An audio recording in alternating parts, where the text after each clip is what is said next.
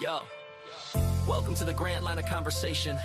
With legends rise, mysteries unfold, and the will of D runs deep in every soul. Strap in, crew, we're about to set sail. This is the Straw Hat Podcast.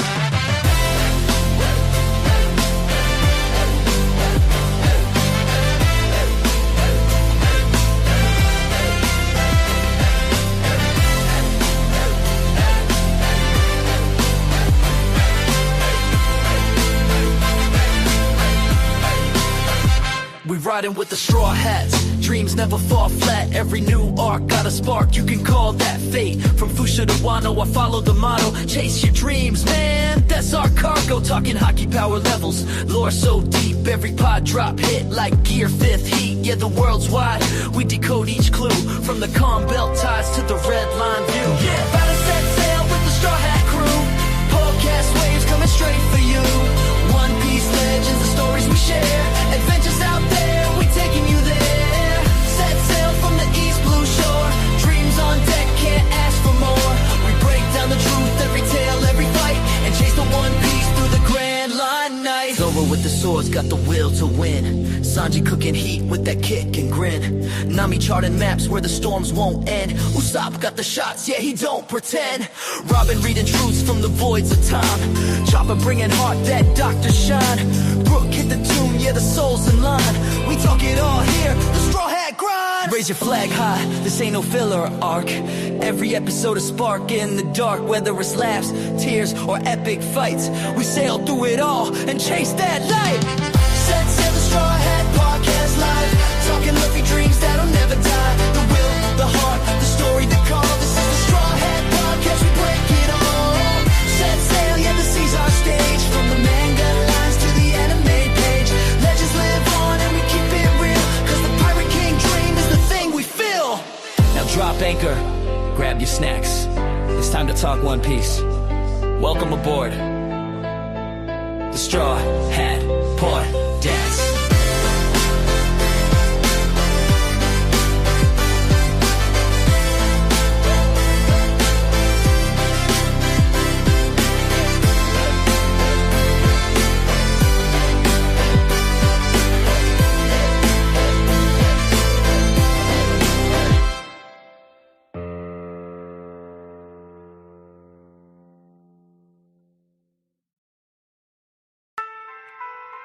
Yo, welcome to the grand line of conversation. With legends rise, mysteries unfold, and the will of D runs deep in every soul. Strap in, crew, we're about to set sail. This is the Straw Hat Podcast.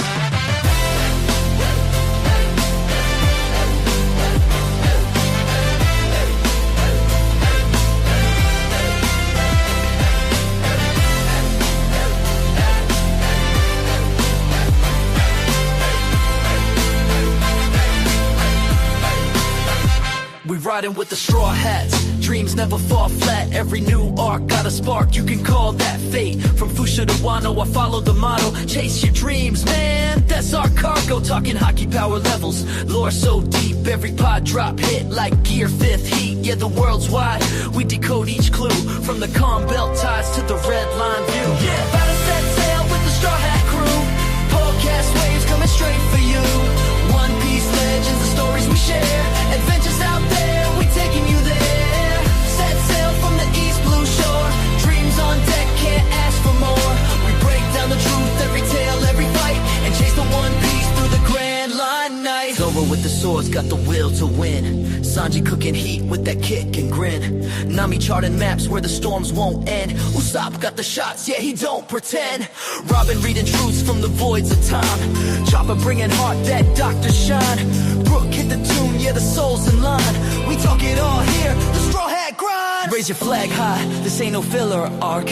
Every episode a spark in the dark. Whether it's laughs, tears, or epic fights, we sail through it all and chase that light. Set sail the Straw Hat Podcast live. Talking lucky dreams that'll never die. The will, the heart, the story, the call. This is the Straw Hat Podcast, we break it all. Set sail, yeah, the seas our stage. From the manga lines to the anime page. 10, 9, 8, 7, 6, 5, 4, 3, 3, 2, 1.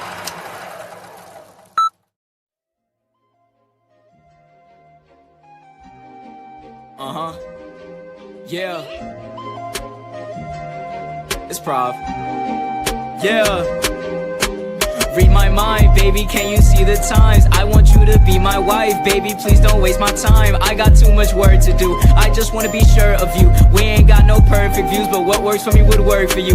Tell me, would you work for me? Serve God like you serving me. Yes, I'll lead you with certainty, provide for you eternally. To protect you, I'll get out and cock that grip. Bullets take off like a rocket ship, need you passenger side of my cockpit. Rising above this nonsense, we ain't got no sense of time. Lose yourself inside of mine, introspective or collected. Girl, I could be your prized possession.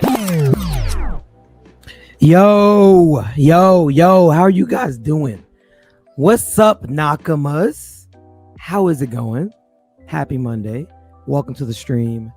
Hope you guys are doing well. It's been a long week. Your boy is realizing what it takes to really make content, and I'm not even doing it full time, but I kind of am, ironically. But either way, we're here. How are you guys doing? I hope you guys are doing well. Happy Monday. It's chapter week. It's going to be a good stream. This is also episode 67 of the podcast. That's a lot. That's a lot. But episode 67, we are going to be reviewing One Piece chapter 1164 today. And man, 1163 was crazy. Rocks got hit with the Domi. So let's see what is next. Looking forward to it. I heard it's fire. I haven't read it yet, but we're going to get into it. Let me go and start my Instagram stream while I'm at it. Boom. Okay. What's going on, everybody? Let me see who's in the chat. Let's see. We got my boy Zah here. He says, yo, what's going on, Zah? How are you? First in the chat. Strawberry says, hey, what's up, Strawberry? On Instagram, I literally just clicked. Tina Cromer says first. And Caitlin Diaz says, nah, I was. What's up, Caitlin? What's up, Tina? What's up, everybody else that's rolling into Instagram? How are you guys doing? The Straw Hat Podcast is live, and we're talking 1164 today in the manga. It's going to be a good. Keith O says, sup? What's up? How are you doing, Keith? How are you doing, my friend? So what's up to everybody? Jane Chief in here on Twitch. She says, what's up, gang? How are you, friend? Always a good stream when Jane's here. Bully says, hey, y'all, what's up? Nika in the building says, yoy. Slevins in the building says, yar, what's goody? That's a W profile pic. It's actually pretty funny. I like that. Zaz says, chapter time. Yes, we were going to get into the chapter. Smooth on Instagram says, yo, what's up, Smooth? Rick says, what it do, y'all? What's up, Instagram? Y'all are pulling up on Instagram. This is the first time I click the live button and y'all just roll in. What's up? How are you guys over on Instagram? Appreciate y'all tapping in for the stream, man. Really do. Caitlin Diaz, I'll answer your question in just 1 second. Let me finish saying what's up to everybody. I'll answer your question. Fully says, I really needed this today. Kind of had a long day. Need to be with the Nakama. Well, Fully, you're here. You are surrounded by Nakama, and we're all here for one reason, to talk the book. The good book of One Piece. Fuji in the building says, what's up, crew? What's up, Fuji? I think I said what's up to everybody. Slevin says, nice. Episode 67. Yes, and it's not just, the kids are doing like the 6-7 thing. I kind of feel like I'm obligated to do like 6-7. This is technically episode 67. And my high school employees told me like, yo, that's a thing. So like, it's episode 6-7. I had to do it. I had to do it, man. I had to do it. Zah said I was at episode 1 or 2. You were definitely in the first 10. I do know that. I don't know if it was 1 or 2 because 1 and 2 had no viewers. Nobody was on there except my boy Joe. That's it. Nobody knew, but you were definitely the first 5, at least the first 5 for sure. Nika says, yes, sir. 1164 is built different. It's intense to say the least. Facts. Let's see. LMAO, I really don't understand what 6'7" means. Yeah, I'm just learning, man. I'm just learning. Us that are over 30, or at least over, about to hit 30. I'm not 30 yet. We don't really know. It just is what it is. Okay. Instagram real quick. Kaylin Diaz says, what's your favorite arc in One Piece? Great question. What is my favorite arc in One Piece? Well, I have a couple. Okay. I have a couple favorite arcs in One Piece, but I'm not lie, the Foxy arc, I really, really like it. I like the concept of the Foxy Pirates. I like the concept of the Davy back fights, which we were introduced to, which, again, guys, you listening? Oda's trying to wake you up. A lot of people have been talking about that arc, and they've said, hey, that arc, you could just skip it. We're here. Davy clan, right? We're talking about maybe the will of D. Is it the will of Davy? We don't know. But when we're reintroduced to Davy back fights, oh yeah, it was in that arc. I think Oda's trying to tell all the people that said skip it, hey, no, don't skip that. Oh, by the way, Skypiea is going up in its stocks because a lot of people are saying, hey, you can just skip Skypiea. There's really not a lot of importance to it. But I'm not going to lie, Nika, he's been spitting some stuff. Maybe the face reveal of Emu was shown in Skypiea. Maybe. I'm convinced that it's possible. And now that I'm on my rewatch in Skypiea, I think there's a lot of possibility to it. I'm going to let Nika spit about that, though. But very interesting theories. Either way, that's my favorite art. Good question. Rick says, let's get it. Let's get it. See, Strawberry says, whole cake for me. Solid art. That's a solid pick. That's a solid pick. Okay, so before we get into the chapter, I have a couple of announcements at the top of the stream. Okay, first, we are doing a cosplay contest, a virtual cosplay contest. I just put it out today, and DMs are flooded. Comments are going up too. People are tagging friends, all kind of stuff. That's great. Okay, that is coming. And if you don't know, and you haven't seen the post, yes, it's coming. I'm in the very early stages of trying to plan that and put that together. But I think it would be really cool to have a One Piece cosplay contest that's virtual. Because I know a lot of cosplayers, they don't get the chance to cosplay basically unless they're at cons, like for competitions. So why not allow it to be virtual? We have a One Piece podcast here. Everyone that jumps on loves One Piece. So this is a great place to do it. So we're going to be doing it sometime soon. I don't know. We're in the early stages. A lot of people are interested. If you're interested, we will be setting it up. And yes, the cash prize, you read it right, is $500. It's coming out of my bank account. Okay. So either way, I'm excited, man. That's going to be coming soon. Super excited. If you know any cosplayers, you can let them know. Send them to the Instagram page. Let's Try It Podcast Instagram page. We will be doing the cosplay there, and we will be judging it live as well.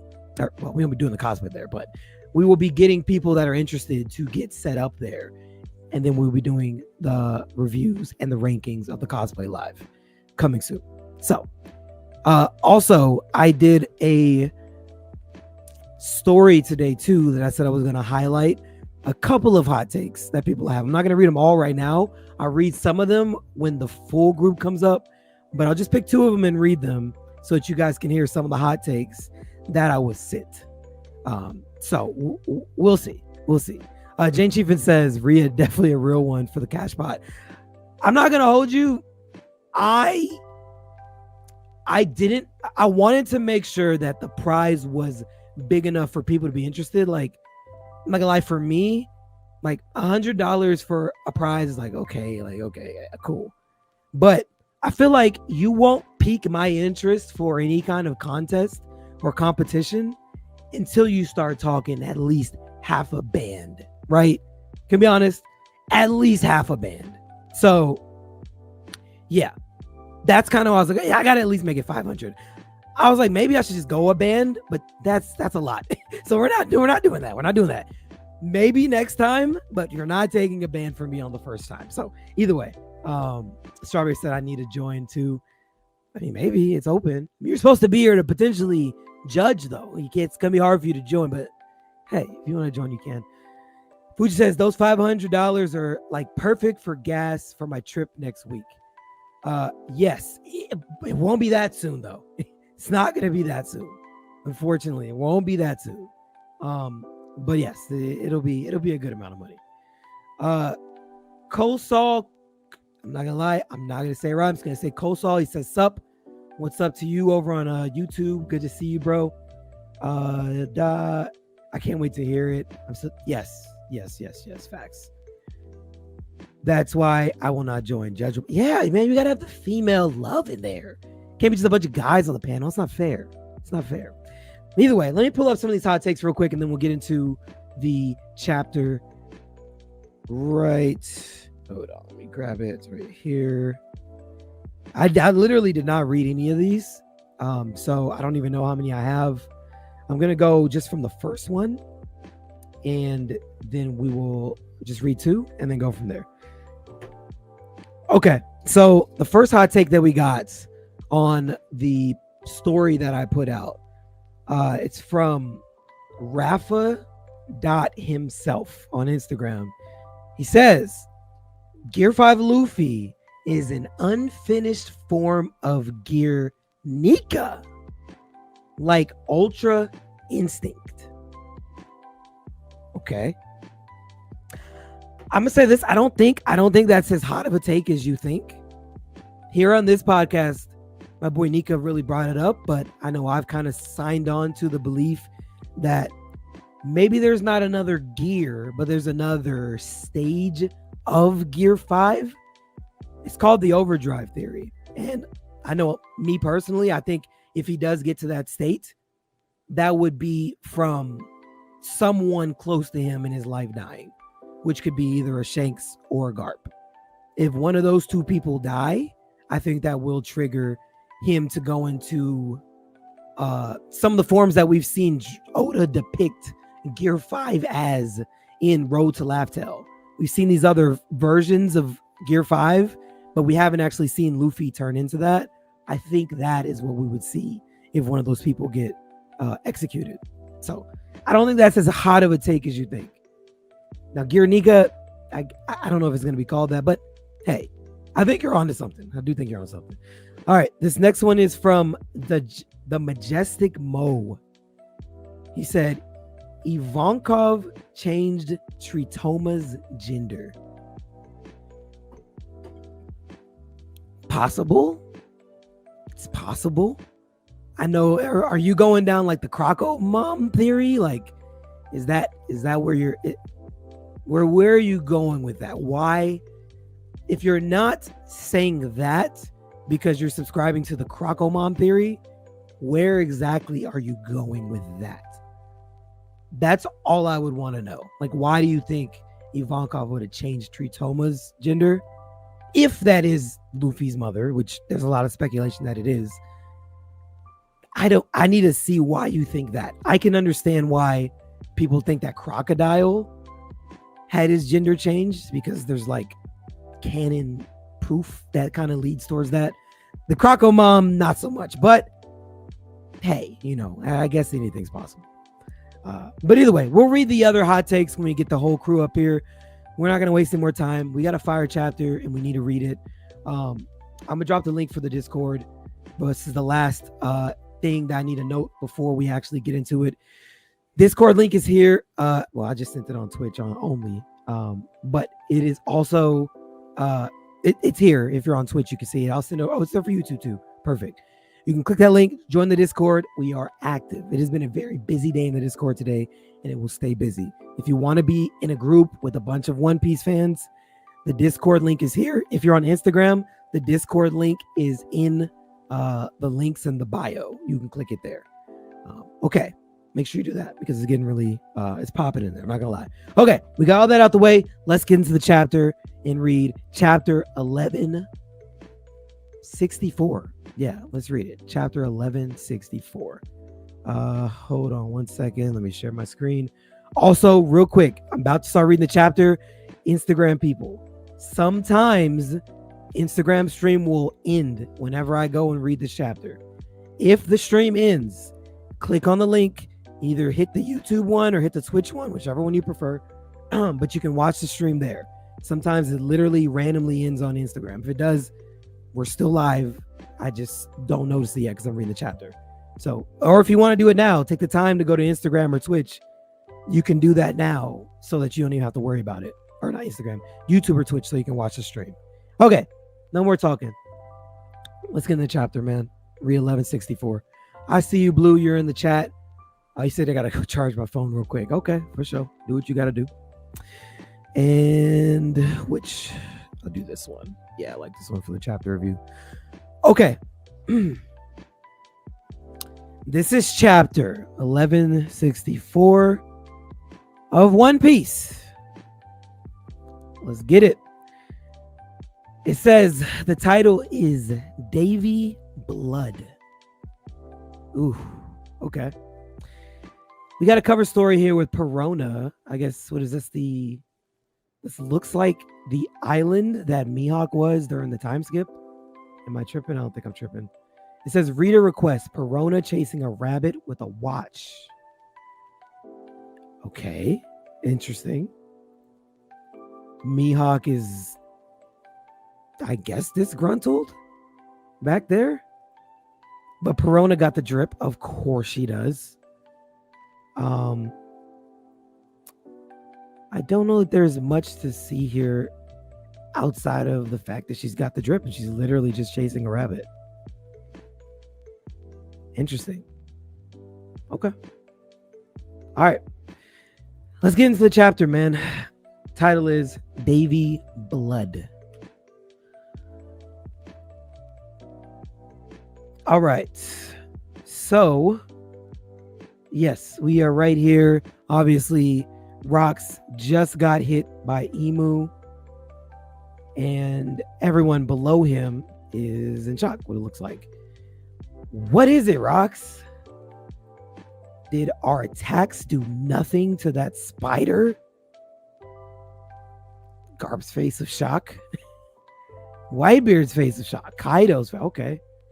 What's going on here?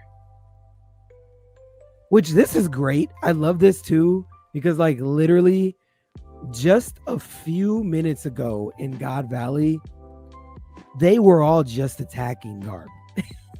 And now they're all working together. That's actually funny. Like Garp just a few minutes ago was burnt almost to a crisp, but he said it didn't really even hurt, by Big Mom. And he looks perfectly fine now. Has a couple of scratches on him.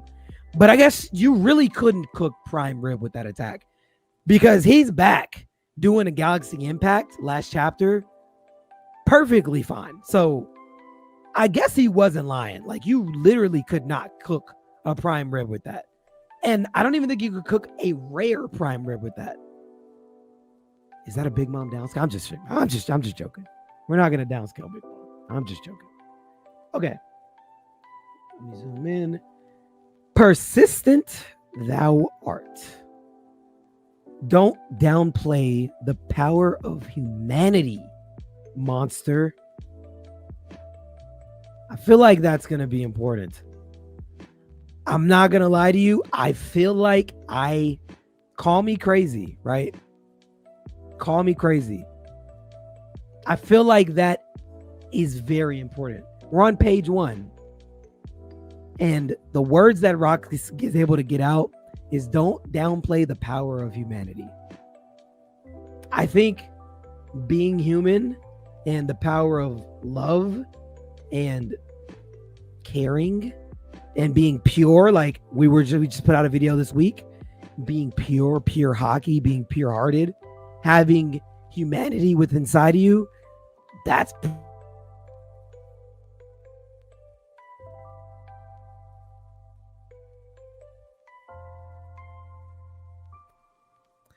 okay. Davy D. Jones was once the king of the world. Oh, okay. Okay. Alex says, are you saying the story is racist against non-humans? They might be. They might be, man. Emu is, at least. Emu is. Because Emu doesn't like you until you get Domi reversing. So maybe Emu just doesn't like humans in general. Maybe Emu just doesn't like humans in general. I don't know. That's just the Emu thing, I guess. Okay. Jane, you said I'm lagging? Am I lagging? Am I lagging for you guys? Jane Chiefin says I'm lagging. Davy D. Jones was the king of the world. Interesting. Okay. Which makes sense. The will was passed on to Blackbeard, and he wants to be king of the world as well. I like it. Nika says, what wow makes you think Ree, who was the king of the ancient kingdom? Davy might have been him. That's true. That's very true. Interesting. Nika says, yes, you are big lagging. I'm lagging? You were a little bit. Zah says no. Alex says I'm good. Jane says you were a little bit. He's not lagging on my... Okay. I guess let me know. I mean, I don't know. I don't know if I'm lagging. I don't think so. Yeah, let me know. Slevin says not me. Okay, we're just gonna keep going. If I do start, I guess let me know. Maybe you guys need to like restart, like just refresh the browser or refresh the app. I don't know. Okay. Silence. He was never king. Not for an instant. The grievance between Mu and Davy has nothing to do with thee. Then why are you so panicked over something as trivial as the Davy name? Silence. He was never king. I'm not gonna lie, Davy and Joy Boy have this. The only time again that we're getting her shook is from Davy and Joy Boy. Very interesting. Okay, not for an instant. Like when do we get exclamation points from freaking Emu? Like 3 exclamation points. The amount of like pissed off I'm getting from Emu is actually crazy. Nuts. The grievance between Mu and Davy has nothing to do with thee. Then why are you so panicked over something as trivial as the Davy name? Yo, was Emu like in love with Joy Boy? Like, am I tripping? And like, did Davy kill Joy Boy? Like, am I at least on the track? Because like, when she sensed Joy Boy's hockey back in Egghead, I feel like it didn't look like anger. It looked like surprise. Like, I don't know. It was like not. I think she was surprised. Like, is that Joy Boy again? Like, maybe I should be happy that he's here. Like, I don't know. I feel like she wasn't this. Like, this is different. This is very different. Alex says you tripping hard. Am I? Okay. Slevin says I've heard this theory before. Nika says when Emu got hit with the hockey knot, there were exclamations. That's valid. Okay, there were. That's valid. I just you can see she's visibly upset. More like troubled last time. Like, yeah, she was twerking, but I don't know. Maybe I'm just looking too deep into it. Fuji says there's a theory about Emu being in love with Joy Boy, who might have been in love with Queen Nefertari D. Lily. Maybe, man. I don't know. Honestly. Like Luffy and Boa. I don't know. I mean, at this point, I don't know. I'm just getting vibes like I don't know. Again, Alex said I'm tripping, so maybe I'm tripping. I don't know. I don't feel like I'm tripping though. It's kept you terrified for years, hasn't it? The thought that Davy's will might be passed down and one day come for you to fulfill the promise. The promise. Okay. I feel like this is about to be a lore chapter, and this is page 1. The promise, huh? Ooh. And Eris, again, I want to see what happens, because Eris, again, was like 2 chapters ago, was like, yo, I'd rather teach myself than kill myself before I let them take us out. So I'm really curious to know how this plays out with Eris. Obviously, Teach doesn't die, clearly, but man. Okay. Let's just read. Okay. What's more frightening to you? Davy D. Oh, okay. What's more frightening? This is the question I wanted to know. What's more frightening to you? Davy D. Jones or Joy Boy? Seaside dreaming. Their kind will never be seen again. Once I have eradicated thee.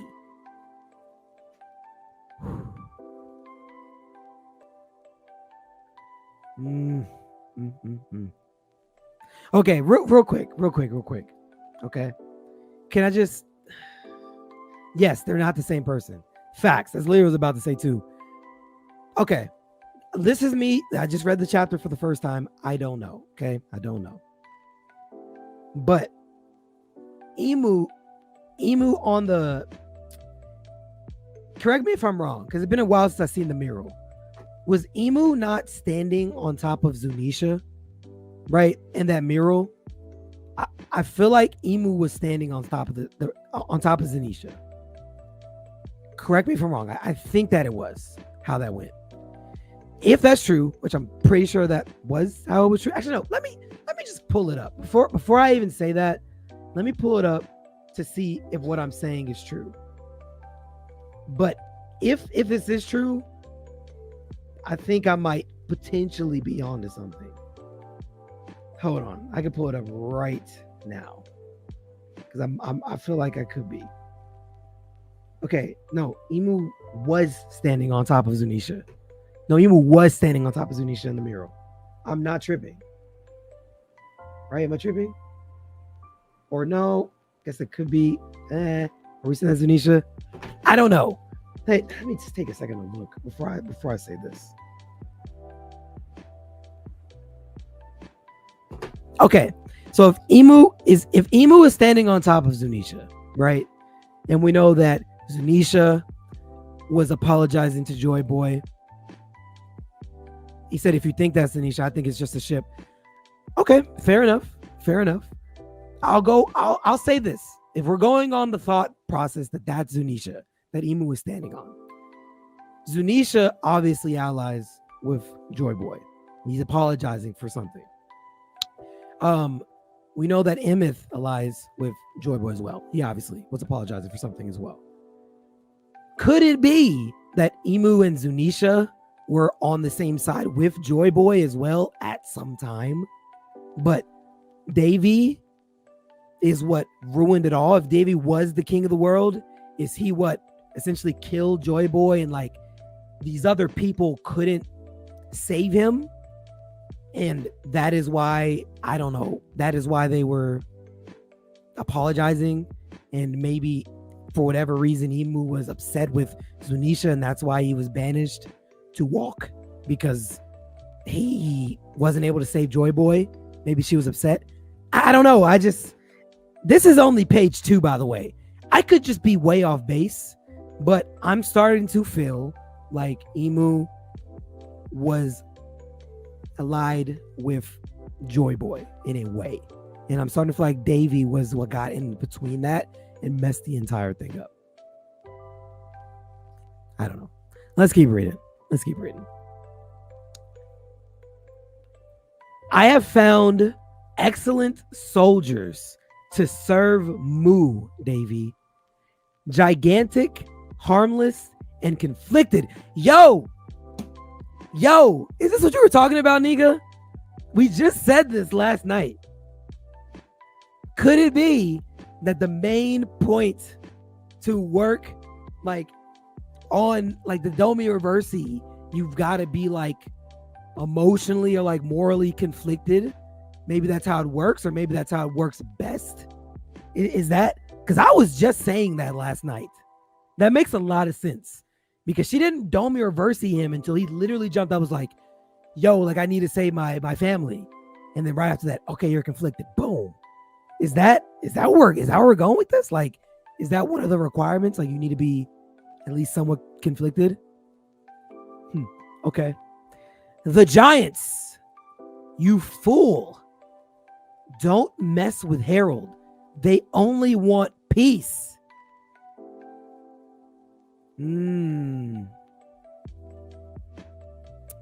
Interesting. Alex says, I think it's more that Davy and Joy Boy were both seen as the Joy Boy. But Davy was the king of the ancient kingdom, and Joy Boy was just a warrior of the ancient kingdom. I can see that. Nigga said, so we were right, Zah. Harold was an idiot, but he reflects Garp.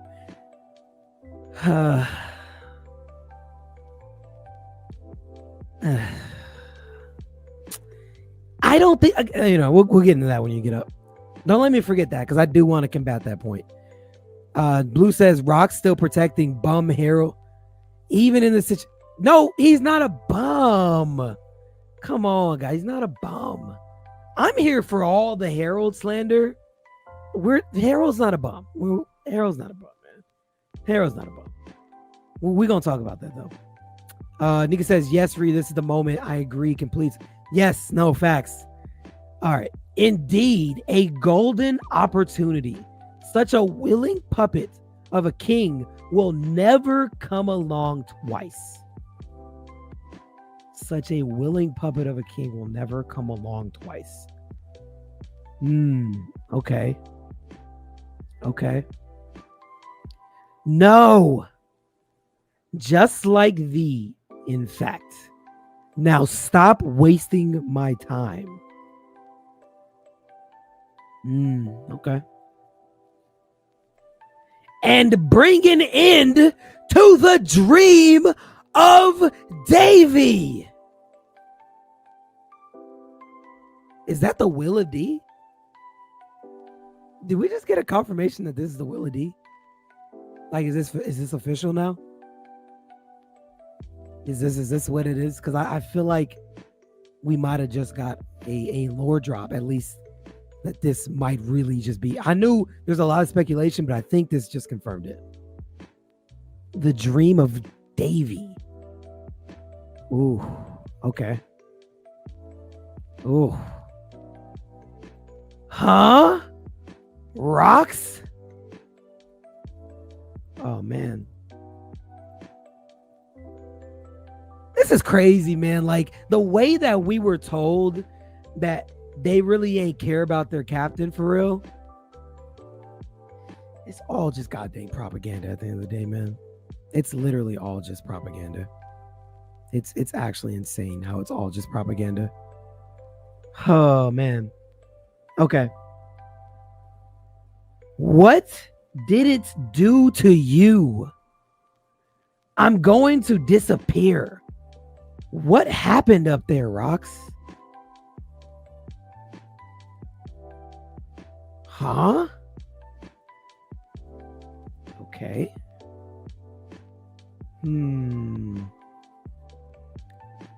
Let's see.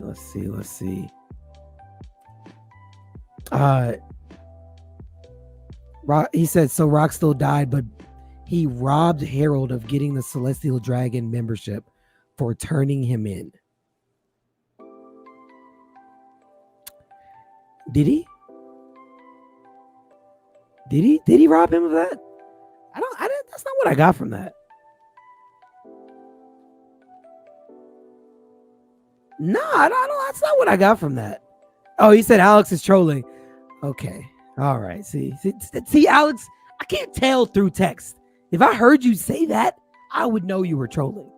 Okay, I got to start assuming you're trolling and go into it with that because that's wild. All right. Let me zoom in. End Davy by thy own hand. Now erase all life that was involved with God Valley. Huh? Did you get bigger? All of you, move it. There is blood that must be erased from history. Golly, man. Oh, he just avoids them. Wow. Oh, wait. Does he avoid them? Hey, Rocks, what are you?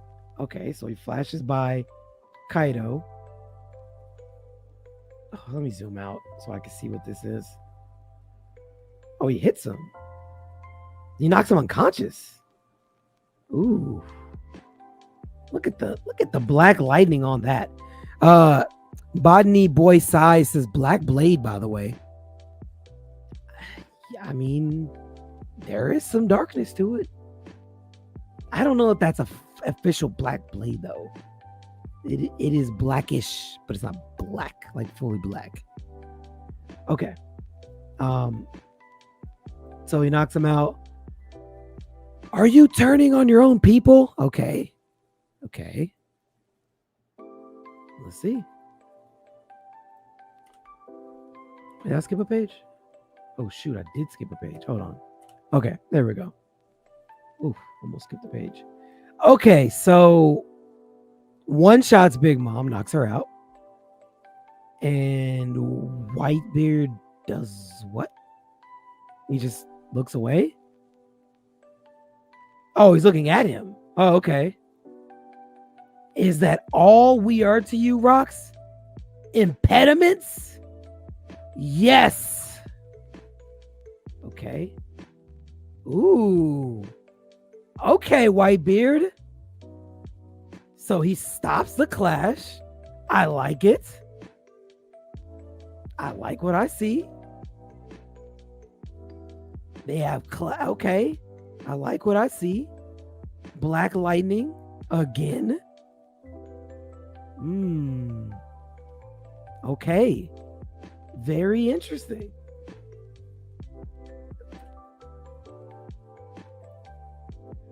He said don't celebrate too early. Big Mom got kicked into the mountain but still conscious enough to scream, and Whitebeard got his weapon knocked away and overpowered. At least right now, from what I've seen, I don't see that yet. You got sent to that cat. Did I miss something? Hold on. Maybe I missed it. Y'all are saying he got knocked away? I guess that's possible. If that's what that is supposed to be. Okay. I mean, if that's what it is, then okay. Jane Chiva said maybe he tried to lighten the blow to Kaido. Maybe. Okay. Run for your lives. The mountain's coming down. Okay. Wow. Rox is rushing. Eris is running. Okay. And hold on. Make sure I can see them. Everyone's running away. More attacking. Okay. All battleships along the northeast shore withdraw and keep your distance. Okay. Oh, wait. Was that the... Oh, wait. Hold on. Was that the actual pillar, like the side? Because it, it's split into a U. Is that what? That's what he knocked over? Oh no, that's different. No. That's different. That's different. Okay, I didn't even peep that. Okay, that's different. He changed the whole landscape. I ain't seen Dragon Ball Z, but what I do know is that when they fight in Dragon Ball Z, it's the one thing I have seen. When Dragon Ball Z fights, they change landscapes.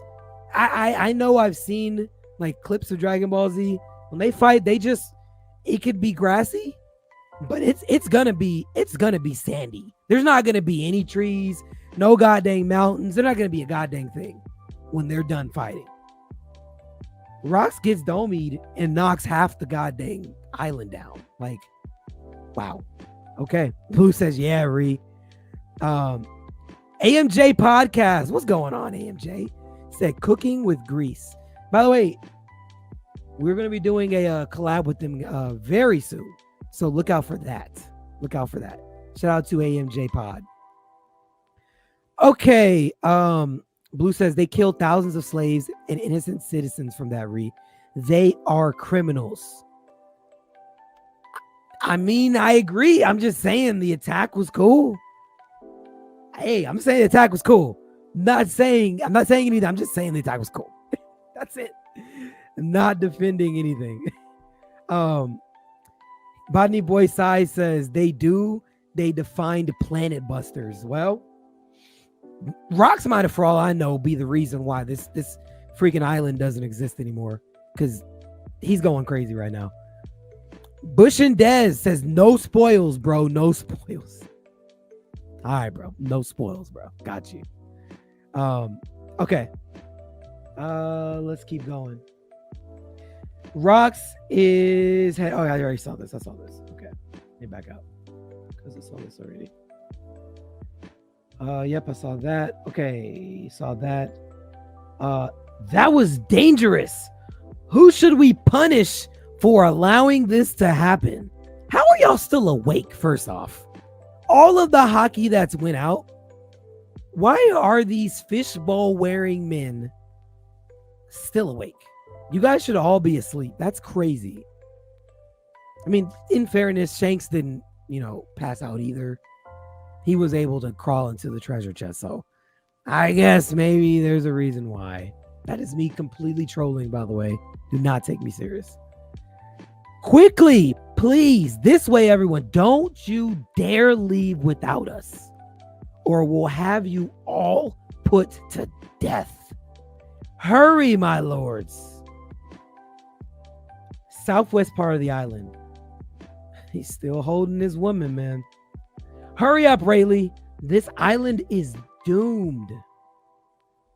Roger better be all right in there. Treasure. Can you believe how much there is? Whoa, it's a dead end. Make it snappy. Okay.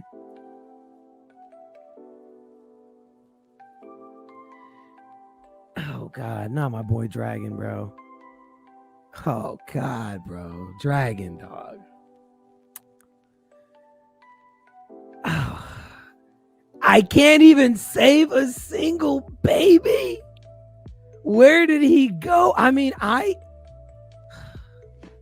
Dragon, you're like top of the verse for me, bro. I don't like seeing you like this. I don't like seeing you like this, bro. Normally, I try to... The only positive that I can make of this is at least he cares.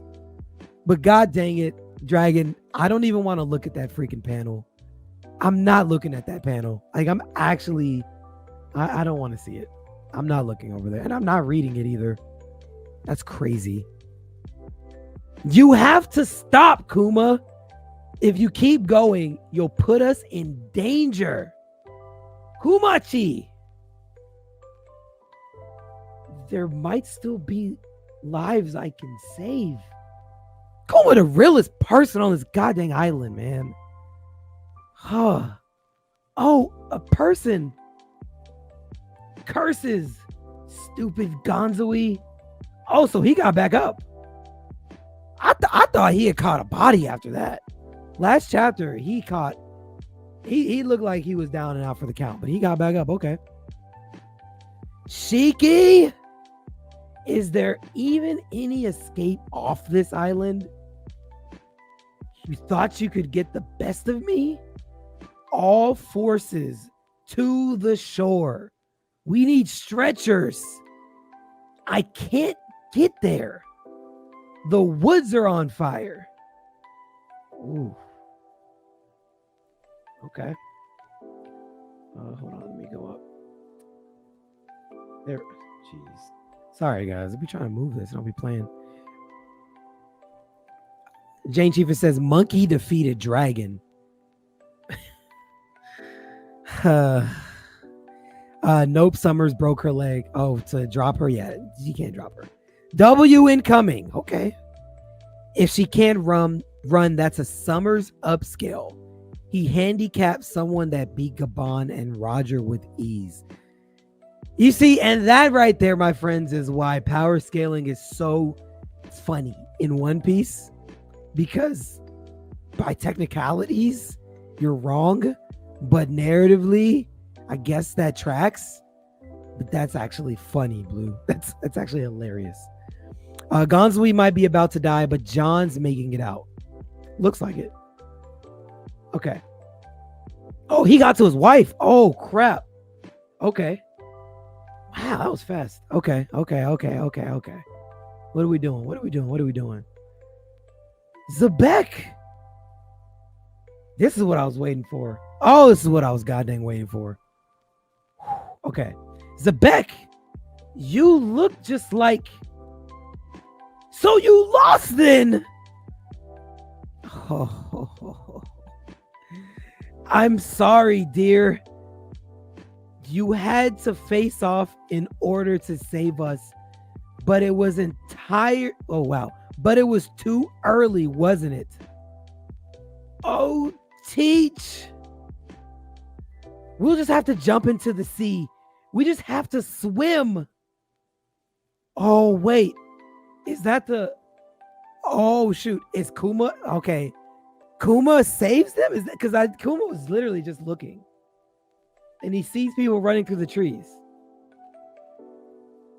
Oh, wow. Is Kuma the one that gets them off the island? Okay, Oda. The pin is pinning, bro. The pin is pinning. I like it. We'll just have to jump into the sea. Whatever it takes to keep the... She a real one, man. Oh my God, she's a real one.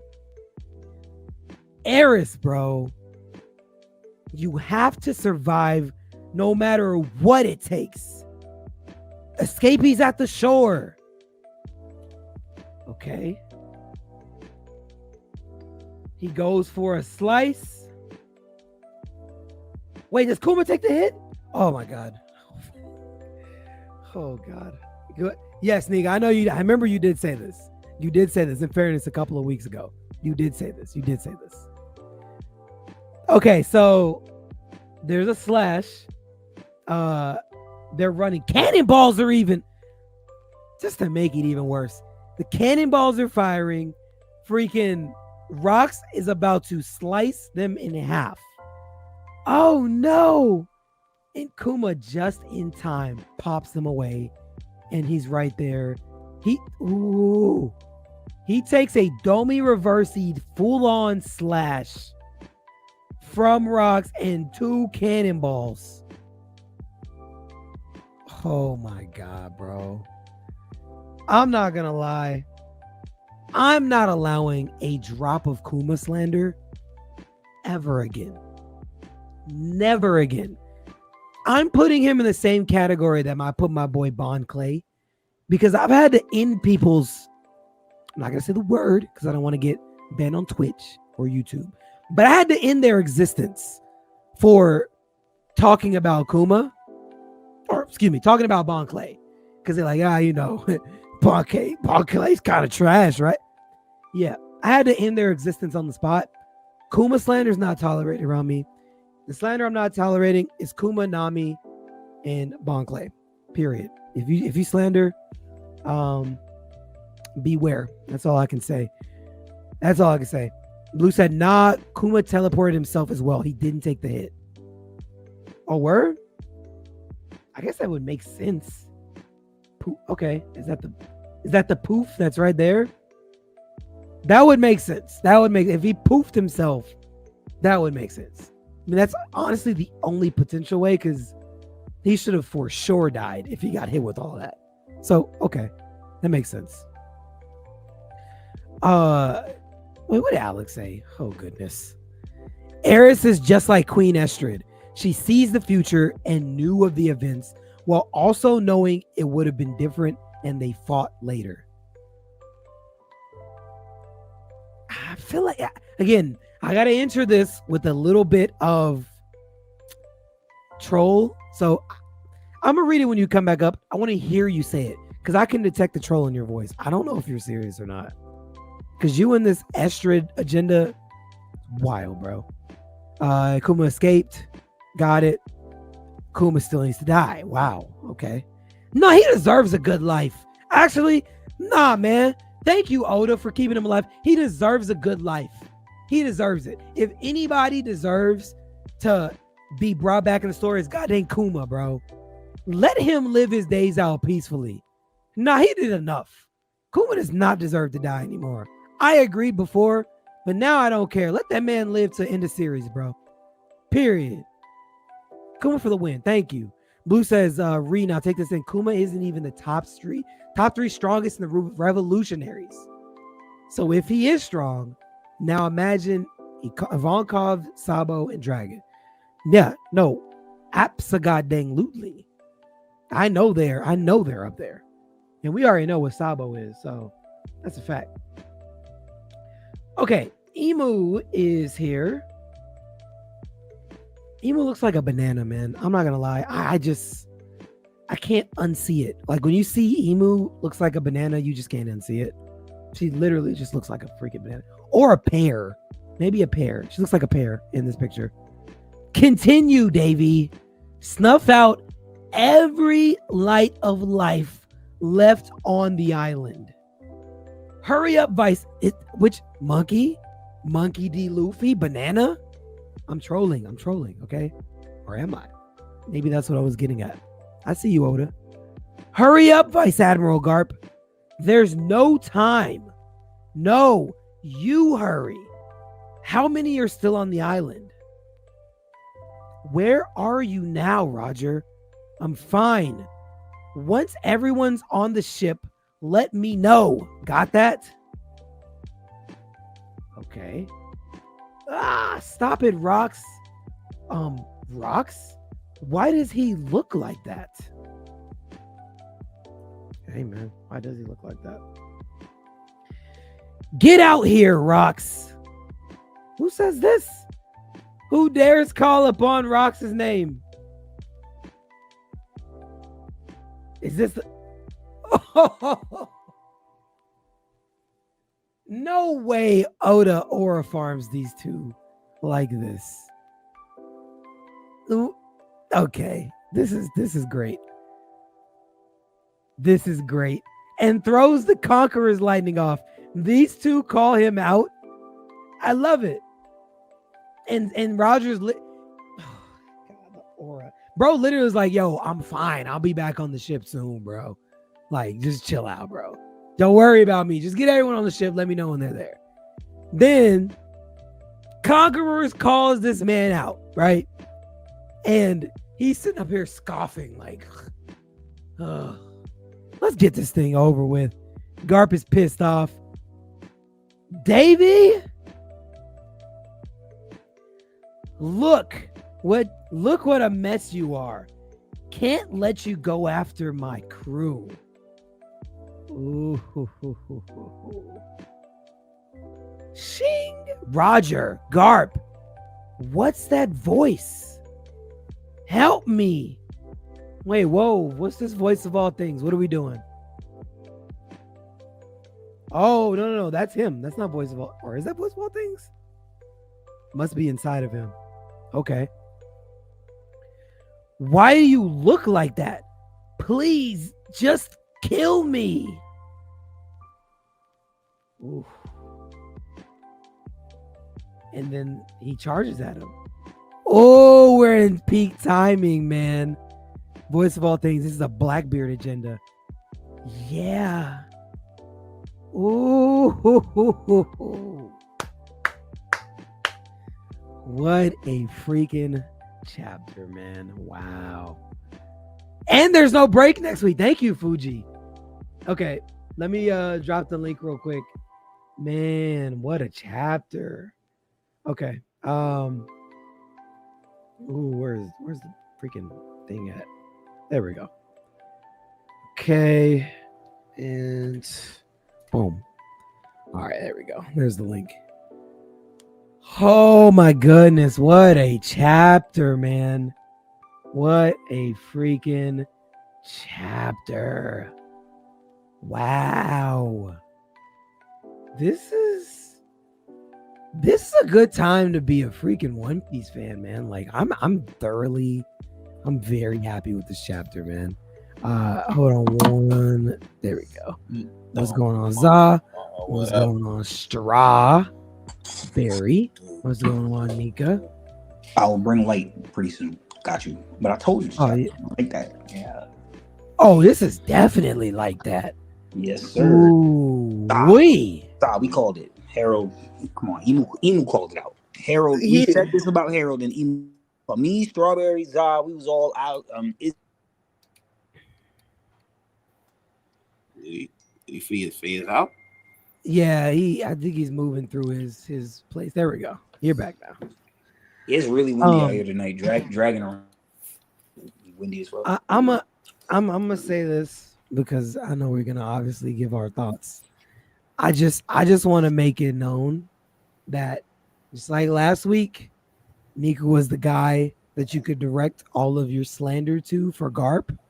I want to make it clear. I am the guy to direct the slander for Harold to this week. Okay. So any questions, you can go ahead and point them my way because I have all the answers for Harold. And maybe Alex does too, because Alex was also on the same timing. I don't know, Alex, I don't know. Are you still on this? Is that the same take you got? Because I don't know. Yeah, Harold always been innocent. Harold was trying to do the right thing for his people, man. All right, bet. So you still on that time? Nah, Alex is right. Longevity is going to play out and it's going to be right because this is what ties in fate for Loki and Hajuden. And everything has to happen for a reason. But, okay, that's fine. I'm just saying, if anyone has any confusion or questions or needs slander answered or even wants to have a conqueror's clash, because I'm ready to clash. Just like Harold and Rock clash. Who you don't know. I'm ready to clash behind my boy Harold. I just want to make that known before we get too deep into this. Facts. No problem. I understand Alex's point. Longevity, this is going to play in, but it was idiotic in that it's the same way people say Garp is blah, blah, blah, blah, blah, blah, blah, blah, blah, blah, blah, blah, blah, blah. I get it for Harold. I get it. It's the same shit. It's really the same parallel. It really is. He could have did something the whole time. He didn't do it because he had a big plan. He had something he was working towards. Man on a mission. Same thing as Garp. But for Emu to call out exactly what we were saying, I ain't gonna lie, there's a little credibility there. Just a little bit. I'm gonna say this. I will combat that point with the full power of the Davy clan soon, but not yet. You don't get to do that. You don't get to do that. I'm not gonna do it yet, but that will be coming. I just want to let you know. Either way, what's going on, everybody? What's going on, Slevin? Welcome back, my friend. Good to see you. We got a lot to talk about today.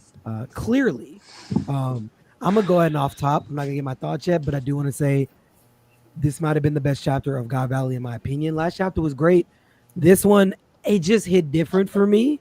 I feel like we got a lot of lore drops that we got to talk about. But either way, let's get into it, man. Za, you're up first, bro. What's your thoughts? What's your rating, bro? Spit your thing, bro. Okay, all right. It was a great chapter. I'll give it a 9.5 out of 10. I love the Rocks thing, and I love Garp being confirmed that he can hear the voice of all things. That was a good thing to see. And I think for the next chapter, we're gonna see what Garp always said about Roger. Roger never turned his back. Yeah. He's a demon about his crew. I ain't letting you go after my crew. And Garp don't play about his Marines. Yep. So these two already knew where I was going. Demon Tom. Yep. You already knew where I was going. So I love that. Rock's still my guy, bro. But him still fighting Emu, even with getting stabbed and all that type of stuff, and making Emu shake again. Emu, for the last 2 chapters has been Harlem shaking a little too much for me, bro. Like every goddamn time he's Harlem shaking, he says, I'm like, okay, you know, and I'm like, yo, bro. But I love the way he talks. I still love he talks like this poetic, he's still very menacing, but it's just like, yo, you can't be scared of everything, bro. Like everyone just frightens you like that. Kaido, still my guy. Kaido has risen up to me ever since he beat up the kid and took it from Kuma. And we still need to kill Kuma. Like, Kuma still needs to die. Give him a statue on God Valley for helping all those slaves, but let it be memorable. Get this motherfucker out of here, bruh. I'm here. By the way, I'm here for the Kuma slander too. Kuma and Harold, I'm paired with them because I don't even. I'm just letting you know, Kuma deserves to live. Like, what did Robin say on the Up There in Water and in his lobby? I want to live. Kuma wants to live. He's not even living. He got that. No. What did they say? They said he's gonna get another chance. Let him die. Thank you. Not everyone needs a second chance. That's all I'm saying. No, he doesn't. No, he doesn't. We're getting so much of Kuma even in the backstory right now. Come on. No. Yo, think about this. Kuma's legend. We already seen Kuma's backstory. Now you've expanded it to the fact that he's saving everyone. Kill this motherfucker now. Like, please. Kuma? Myself. Yes. Let him die. He needs to die. Kill that motherfucker, bro. Yo, Slev. Kuma needs to live. Let Kuma live. Yeah, I want you, Reed.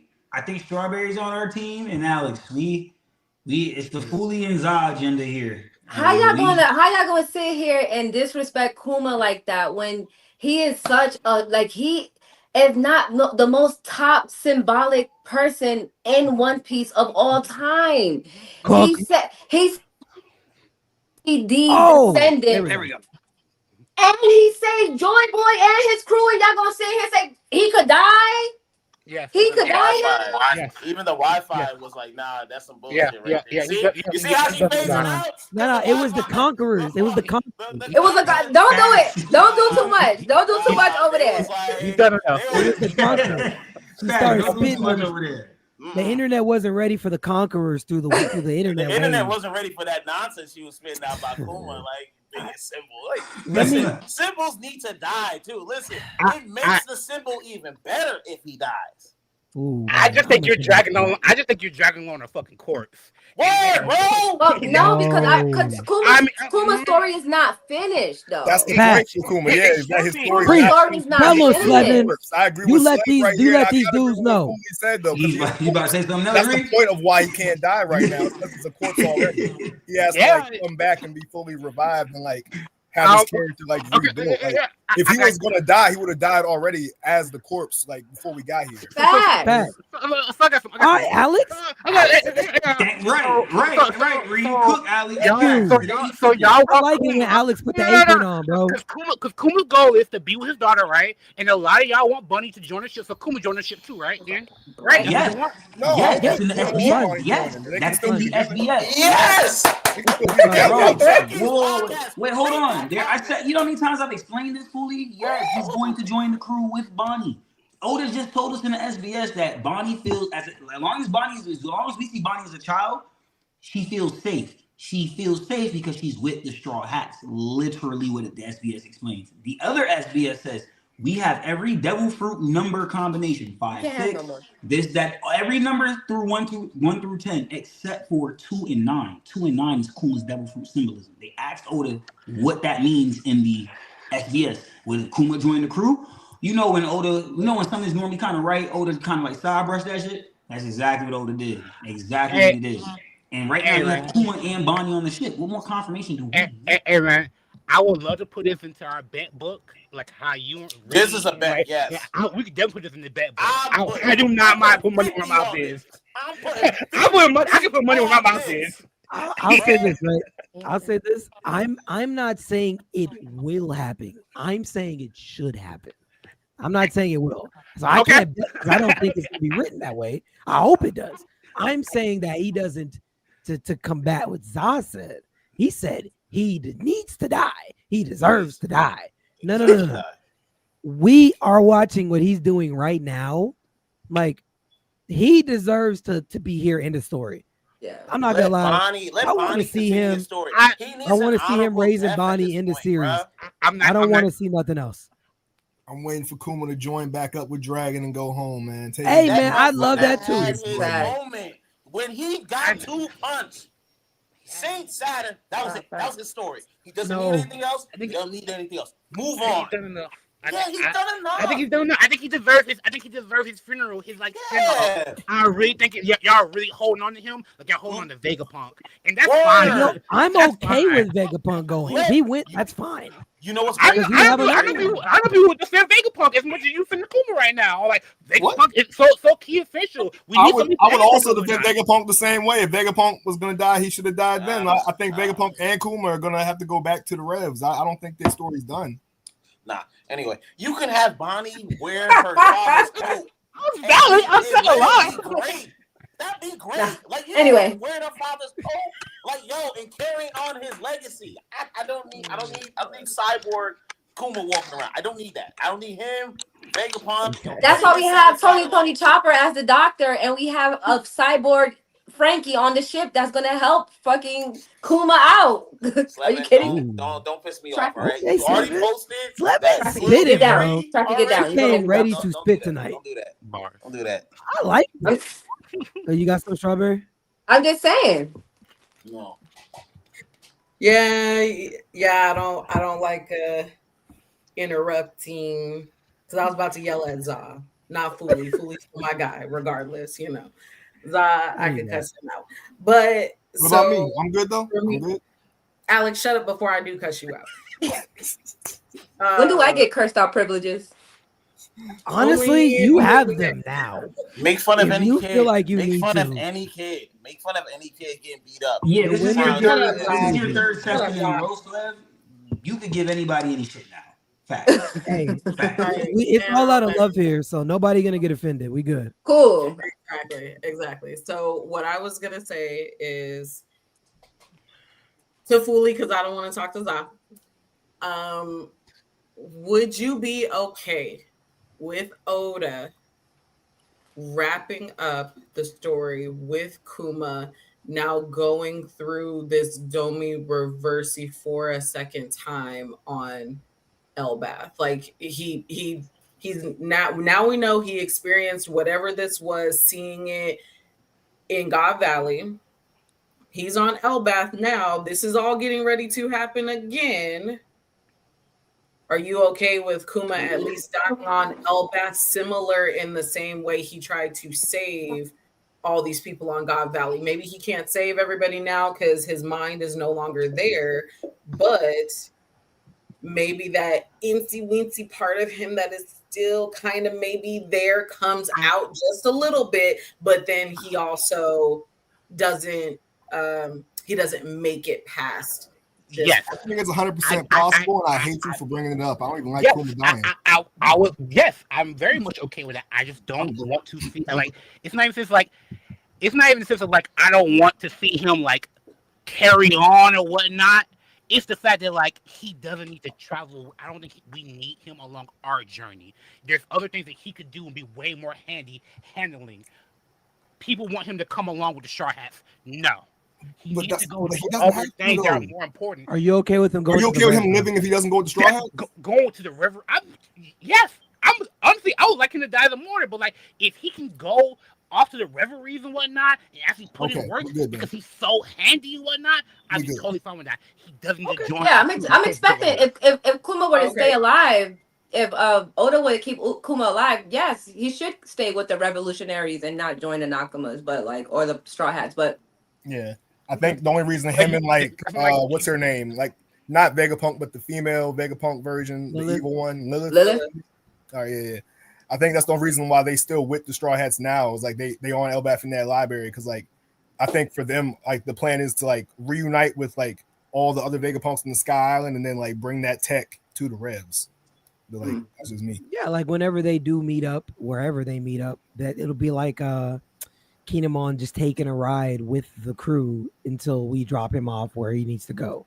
Type there thing. you go. Not a part of the crew, but he's just here through these arcs until he gets to his destination type thing. Yeah. But either way, yeah. I think with Kuma, this because we're getting so much of him in God Valley, and again, because this is history is getting ready to repeat itself on Elbaf, I think this is wrapping up at part of Kuma's, part in the story. I think this is where it kind of concludes, if that makes sense. At least, okay, well, I got Teach out, Roger, Garp, y'all did y'all thing. Now we have, Teach isn't on Elbaf right now, but he could pop up. Who knows? We don't know. But while you're talking, Strawberry, sorry to cut you off, you can segue into your thoughts about the chapter 2 because you're next. Oh, wait, does I give a rating?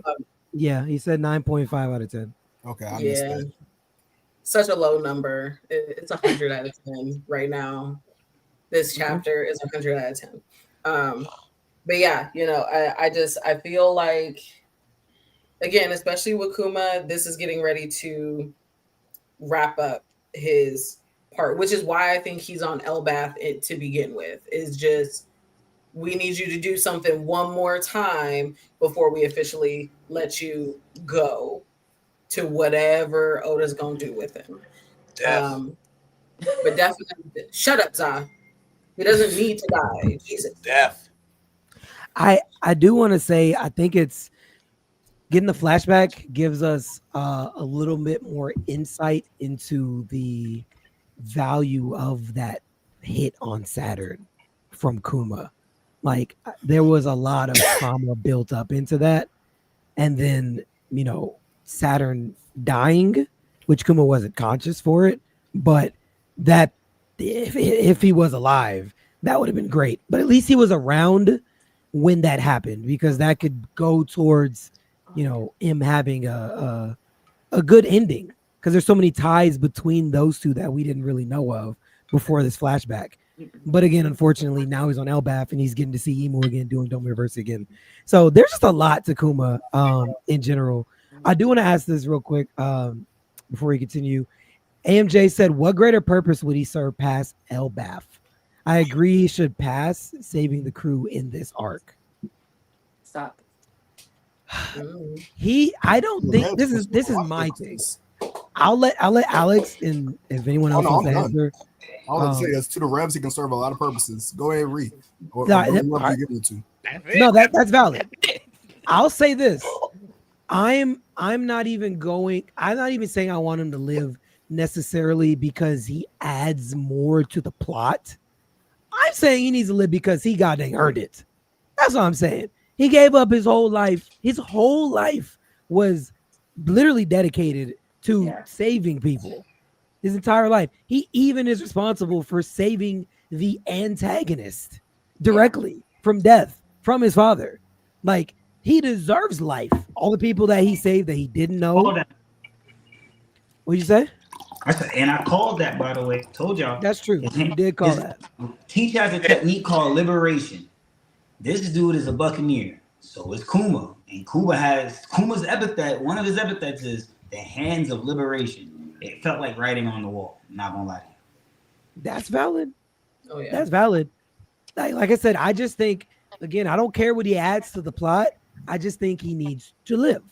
Like, I want to see him in the story in a panel, just even if it's like a little small frame, just him with a little crack a smile. You earned it, Kuma. You did a lot of goddamn stuff, past, present. I mean, bruh, you saved the Straw Hats, right? From death in Sabaody. You saved Blackbeard. The bro's responsible for saving goddamn half of the main cast of the show. Like, if we just go down the list, indirectly and directly, what did the Frankie man say? Deserves. You said, what did Frankie say? Yeah, Frankie said at the beginning, the first thing out of Frankie's mouth post time skit was, our biggest ally is Bartholomew Kuma. He protected the shit, bro. Thank you. She protected the shit too. I'm just saying. Yes. Like, Bonnie's dream is one of Bonnie's dreams, besides meeting her god, is to go to a sky island and travel all sorts of places with her father. Just He saying. deserves it. Granted, we could get that in Elbath because Heaven's Realm is still up there. So, hey. I think All I want to see with Kuma is like a panel like him, Ivankov, and like Bonnie at like Jenny's grave, like for like a little funeral service for her. I just want that. that's it. That'd be cool. That's all I need. Shoot You me don't down gotta if I fight see no that. one else in the I story. I just Let want to me bury down. with her, with Jenny. Oh, Yeah, Fully. I want to see that moment of Kuma getting to heaven and him seeing Jenny, see his mom and dad and everything like that. Nah, It's just, Beautiful. I want that. that ain't it. I want that His moment heaven- so bad. No, Fully, his heaven is on earth, bro. His He's heaven got it. died He's got in his Bonnie, hands. who's alive With because of the his skin sacrifice. set, with the She the can still be diamonds trapped with her on it. father. There's multiple copies of her father. Word. No. Holy, Guy, really you're just Have you sick in said been the that. Domi head. Reversey, Fully? Did you You're get Domi sick in the Reversey, bro? head. Fully, you got Domi Reversey. This ain't Yeah, even fully. you. That where the demon horns at? This ain't. Yeah, I you don't got prefer- the demon I horns prefer on. That's what Domi. it is. I didn't I even said say Domi that. fully, bro. I didn't say that. I didn't say that this time. Demon I horns, bro. What's he Bro, going got on? Let's Domi go on with Reversey. fully. Give But me I fully agree when with he Fully. Domi reversey, bro. I'm Come cool. on, bro. He's not channeling snap his out of energy it, bro. correctly. Yeah, Come on, yo, snap fully out of with it, the demon Fully. horns is like rocks with the voice of all things. Domi reversing. Right now, I don't know what fully on, I'm bro. not. Give me I the don't time know, skip, bro. bro. Give This fully ain't time you. skip, bro. Respectfully, respect it. I respect Nah, it. see, if I you got respect it. Za Fully on your side, you gotta question it because this is a slanderous take from him.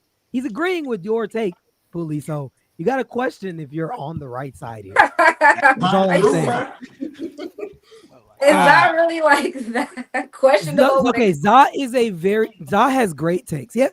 He doesn't have bad takes. His Okay. takes make sense, but they're heavily biased. That's the Okay. only issue. But his takes make sense when you hear him out. He's They're like Doflamingo, bro. Like he's like Doflamingo. He says some sinister shit. There's a good little truth to it. We don't really like it, but there's some truth to it. And even now, bro, it's like fully he's agreeing with you, and it's like having Za back you up is like watching Doflamingo apologize to Law for Corazon, which we know he never got no apology. Right. That's And he that's shouldn't. where I'm at right now. But He shouldn't. to be fair, Dofi didn't do it. And he Dofi didn't do shouldn't. it, though. He He shouldn't. didn't do What? it. Like, to be fair, Fuck Dofi didn't do Corazon. it. Dolphy blasted his father's brains out and his You brother. motherfucker anyway. brothers. I He shot had him to. myself. Hey, so you cool with your brother snitching on you? My brother Nah. never snitched on My me. brother would never. We So- would never have those type of. But if that's the Me and my case, your would brother get into snitching on you, like you running Exactly. a crime industry, you trying to be a big shot. Exactly. Your brother is Bro, literally listen, fed me and my brother, snitching we on stank- you we first. stanks in Shamrock On you just like only. he got a plan Cool with on that? me, though. You feel me? Like he running inside man, running a whole wire on you, whole taps, giving out Right. plans. That's Wait what a you minute, boy, that's Alex. what you cool with. You cool with your Alex, people seeing you run like that?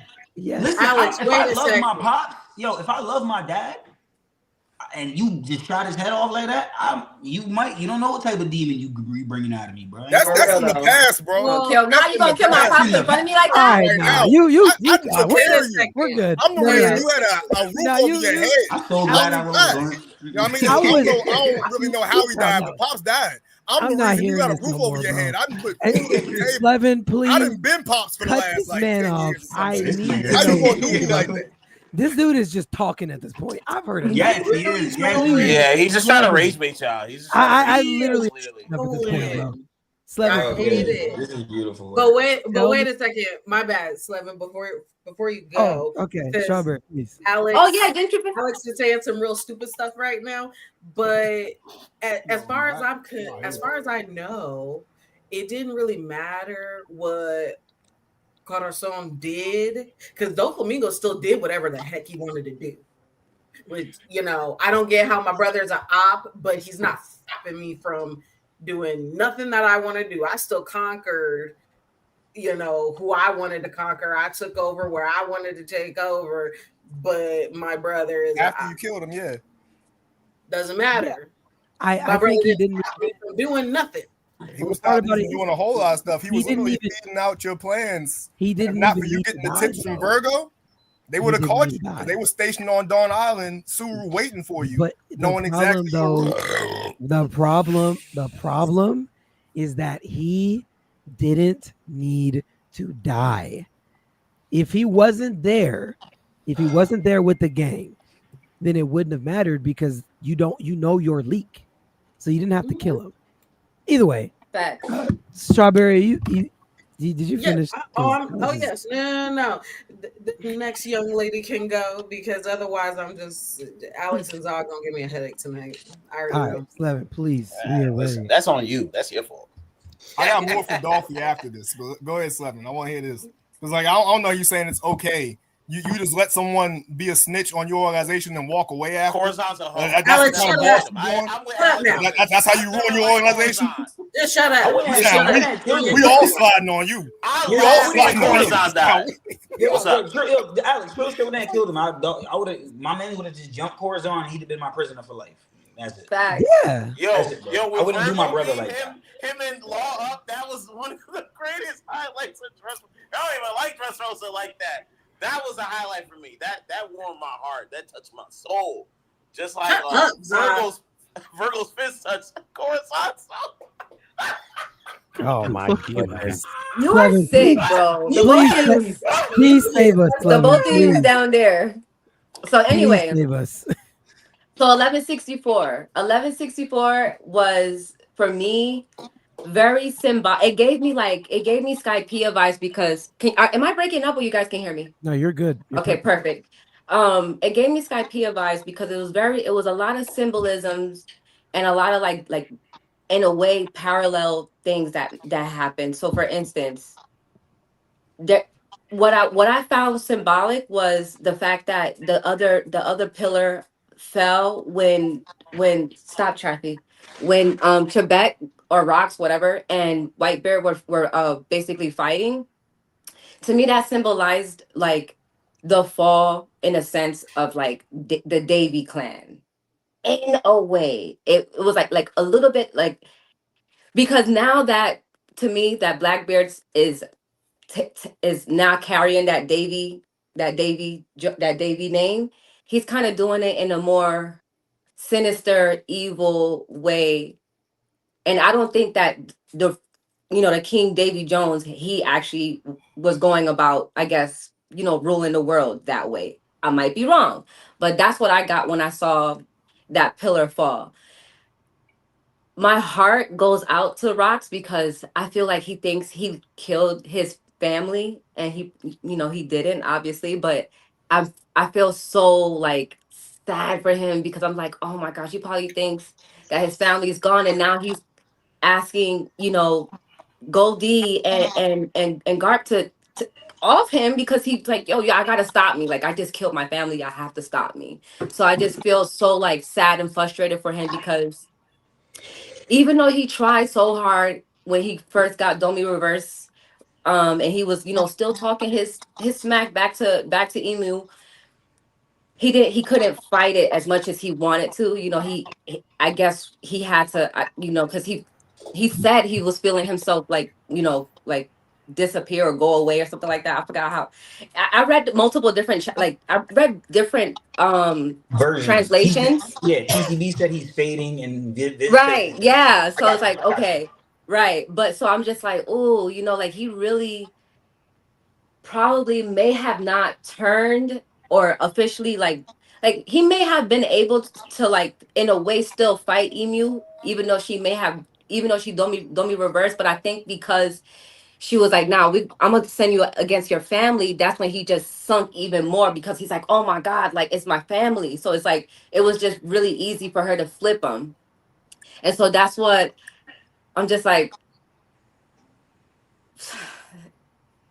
I'm just so sad for him. Overall, the chapter, I'm going to give it a 10 out of 10. I'm going to give it a 10 out of 10. I had so many things written down, but I'm just like, it's too much to read right now. But the last thing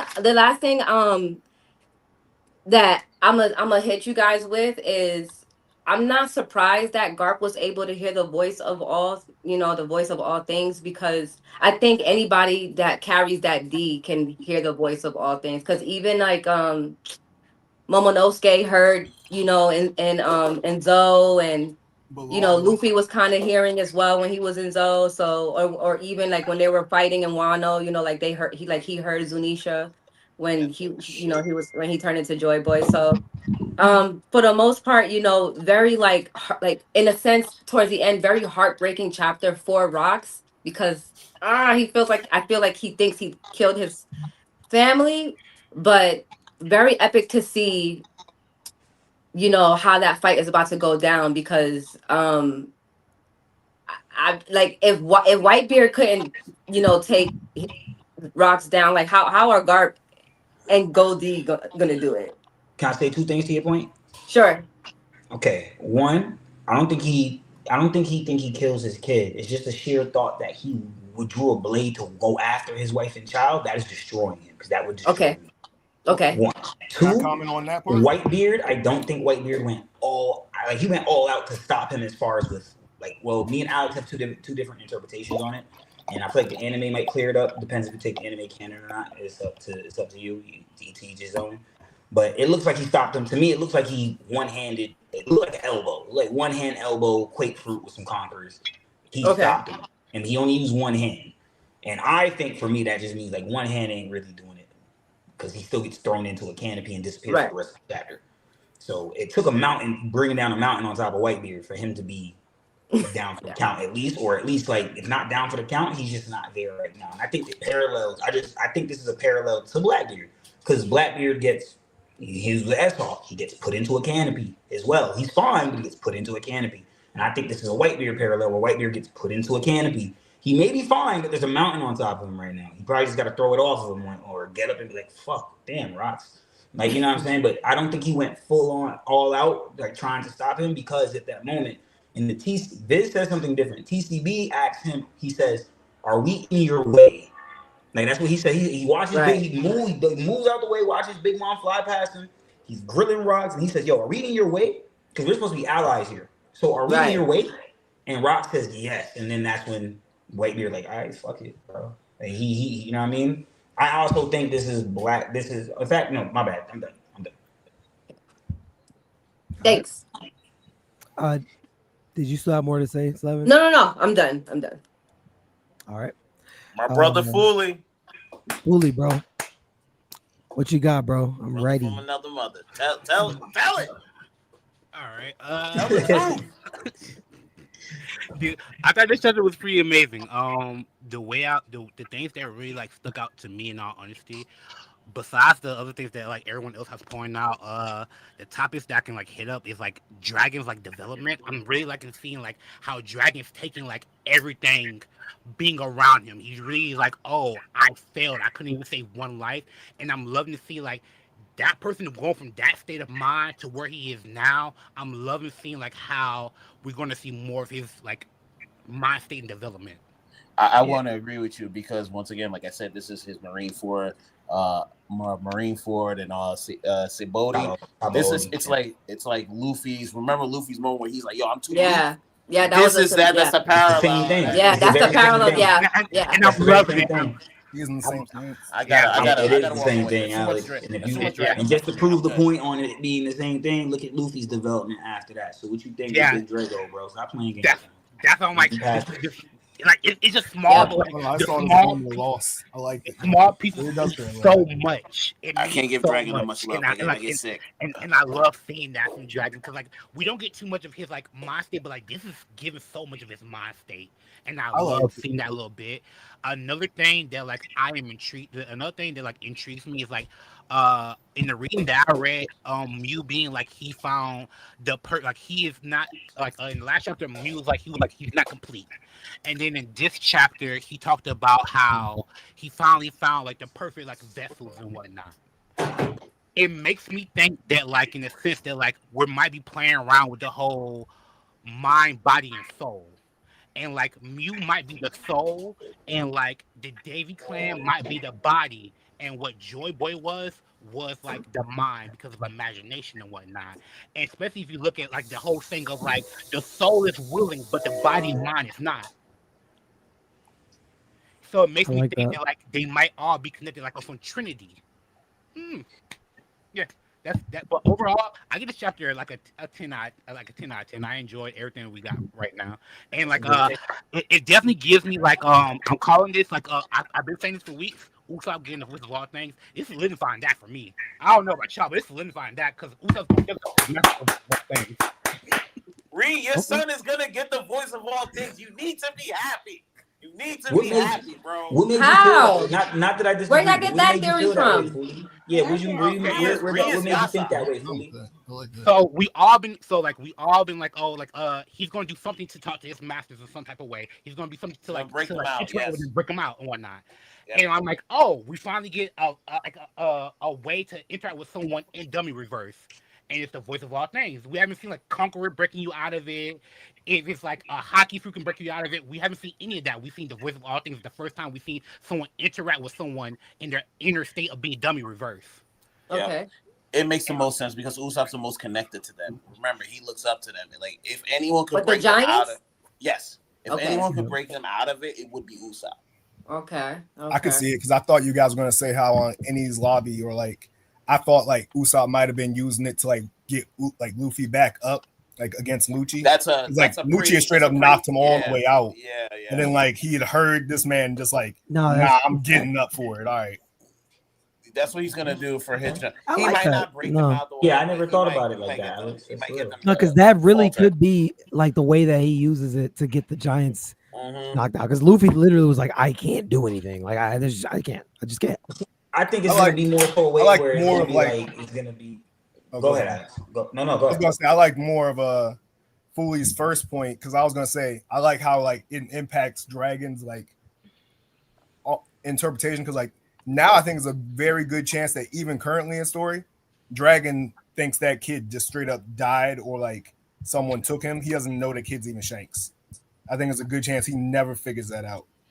And I also, only disagree with that because I still have the theory that it was Dragon who saved Roger and his crew, Shanks being on that crew at Edward, and it's because he found out that Shanks is alive and on that ship. But that's just me. and also, I think that's what gives. not found out because like the crew doesn't seem like they know how they got saved. They think it was just the storm. And also, I think that's what gives Dragon his stoic outlook on life. Like that's why he is the way he is because he's like, I was like this, and I lost one person. I'm never gonna do this again, and that's why he is the way he is at this point. Oh God damn it! I'm giving Dragon too much. No, credit. it's I'm pretty- getting a headache. I'm getting a headache. Okay. Getting a Let headache. me take drink a some water. quick break. I gotta read some of these comments. Also hit people on YouTube. Thank you for watching. Can you make sure you hit the like button while you're over there? It helps the algorithm. Since we are like halfway through the stream now, please make sure you drop a like if you're on YouTube. Also, I'll redrop the link for the Discord. If you want to join the Discord and be with other people that love One Piece, I'll redrop it here on YouTube and on Twitch here in just a second. Also, someone on Instagram, Guwap on Instagram. Oh, I was going to ask the question. It's not on topic, but I'll still ask it. He said, what's the purpose of Mihawk? Why give him such an OP title with 0 feats? Bro, hold on. Nah. What is with y'all power scaling? What? God damn. I got y'all. Mihawk I'm about serves to as say the that. series potential man.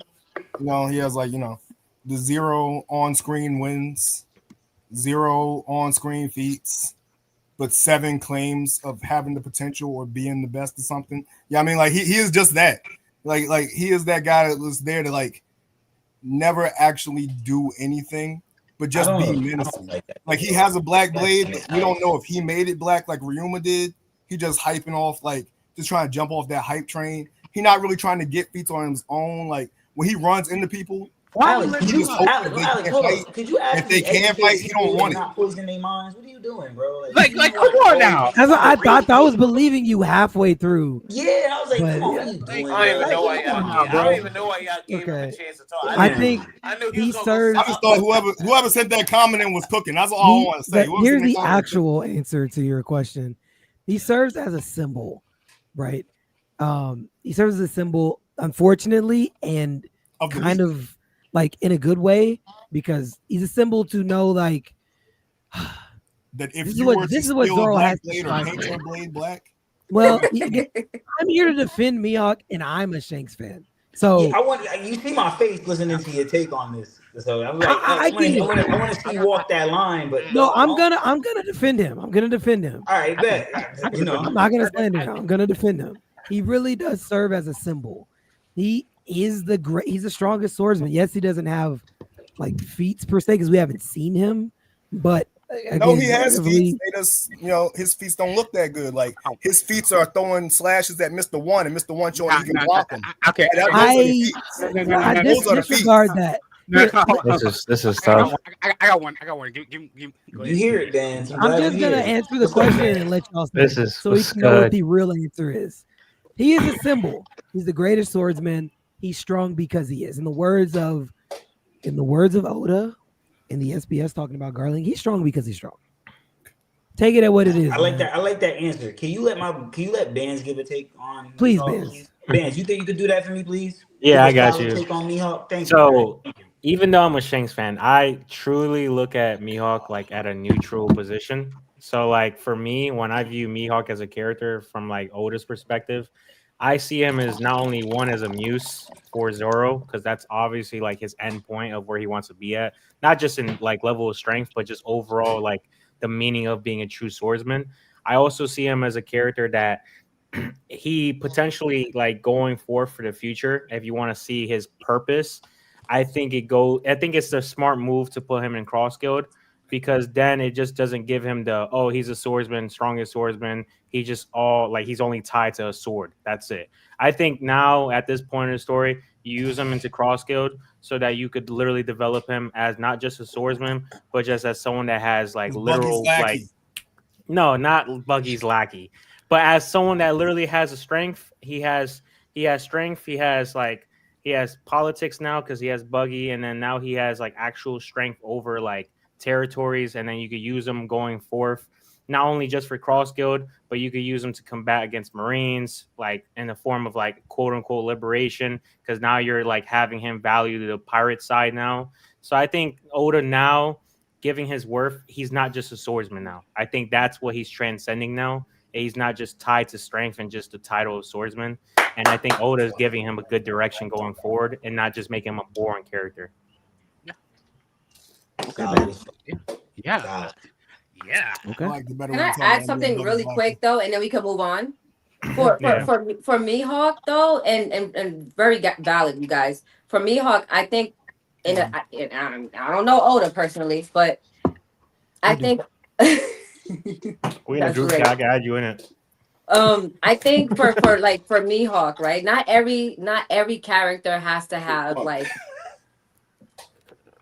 a background or like a flashback. You know what I mean? Like his flashback is not vital to the One Piece story, so that's why we don't see his feats. We just know he's undefeated, and that's what it is. You know what I'm saying? He's the strongest swordsman.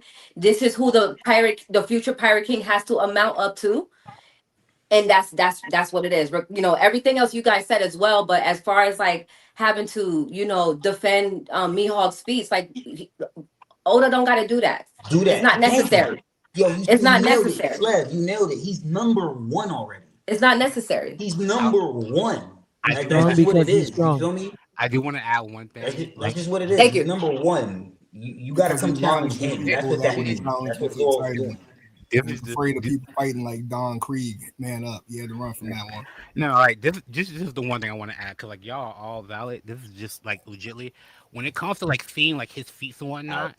We got told about the Pirate King in like chapter 1 and whatnot, and we've seen a feat from Mihawk before we've seen a feat from the Pirate King, and now we're seeing multiple feats from the Pirate King now.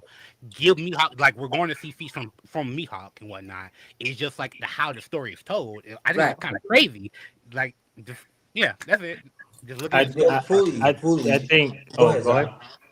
I was about to say something. I was going to say, I think the only problem with Mihawk's character from like multiple fans' perspective, because they try to see value in his character. I think, and I don't think Oda did this on. I don't think Oda did this on purpose. I just think it's just a lot of fans' viewpoint on him because they just care about power and power scaling. I think when a lot of people view Mihawk, they have him attached to like certain characters, and they don't hold him by himself like to his own candle. So like some people, they see Mihawk and they attach him to Zoro, or they attach him to Shanks's rivalry, and that's his rival, and that's it. But the thing is though, is like, yes, he's like, we have all these characters that we're seeing from the old gen. We have Rocks, we have Garb, we have Big Mom, we have Kaido, all that. But there was never one character where they were just like, I don't give a fuck. I'm just gonna go into my own lane. That's what Mihawk really is. He's just the world's strongest swordsman, and that's it. That's all he cares about. On the other hand, you could say Rox was the world's strongest swordsman at that time, whatever your opinion is, but he didn't give a fuck about being a swordsman. He just cared about ultimately what he wanted at the end of the day. So now we have a character who's just all about his swords, all about being the strongest, and he got it. Like, that's it. He got the title. And so now these other people who are these fans, they have a hard way of viewing him that because they only see power associated to him or attach him to a character. Right. Yep. I like it. Fans be spitting. And mind you, I'm a Shanks fan. Okay, yeah, that's what I was about to say. You guys love that one. Why he look like Shanks, but he not Shanks. Too much. And he doesn't have as many. You know, I'm sorry. No, you good. God's spitting. I was gonna add this on to Fooley's point because Fooley was time stamping it with the why we're getting certain feats now compared to when we're gonna get feats later. And I say this all the time. Shanks, chapter 1. Mihawk, chapter 50. And if I'm not mistaken, Dragon, chapter 100. And I think that's done on purpose. But that's what I'm trying to say. Like, and then and they're saying we did it backwards, right?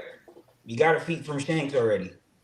I do think Mihawk's next. I've been saying that. And then I think Dragon's next after that. You could argue Dragon might be closer because, you know, what we're getting in Elbaf is a flashback or whatever. But I think those are the 3 people that Oda put on a pedestal pre-time. When we left the East Blue and we were hitting the Grand Line, the 3 people I was giving a crazy impression about on a power scale and on lore was Shanks, Mihawk, Dragon. Simple. That's how that works. So and it tells me he has one representation of the philosophy of a pirate because he's the student of the King of the Pirates. One goes to what Ban said, and it's just like Zoro. Luffy always describes Zoro as, he's a tough guy with 3 swords. It's the same shit here with Mihawk. Mihawk's just a tough guy with a sword. And his philosophy is in his sword, so he made his own lane. And then you got Dragon, someone completely unattached and is a revolutionary. And we didn't have the Marine that they left us with, that we had maybe some inkling about. Was we didn't let us know off right. The Marines is the opposition. Like as far as what we were knowing, the Marines represent the world government. That's who we had to deal with in the first 50 to 100 chapters of One Piece. We had to deal with the Marine outlook, and then we met Smoker. You get what I'm saying? And I don't want to bring Smoker into the agenda, but you get what I'm saying. Oda gave us these characters for a reason. It's because you get Smoker and a Kobe pre-time skip. Remember that. Yeah, you're right. If I was Oda, the way y'all slaying the Mihawk, I'd take out Shanks and keep Mihawk alive just to piss all y'all off. But I would love that because you know what? Shanks has all the feats, he has all the stuff. But you keep Mihawk alive? Oh. Yeah, it's not Zod, the problem though, I'll explain to you why Mihawk can't get that many feats. And it's not about his strength or anything like that.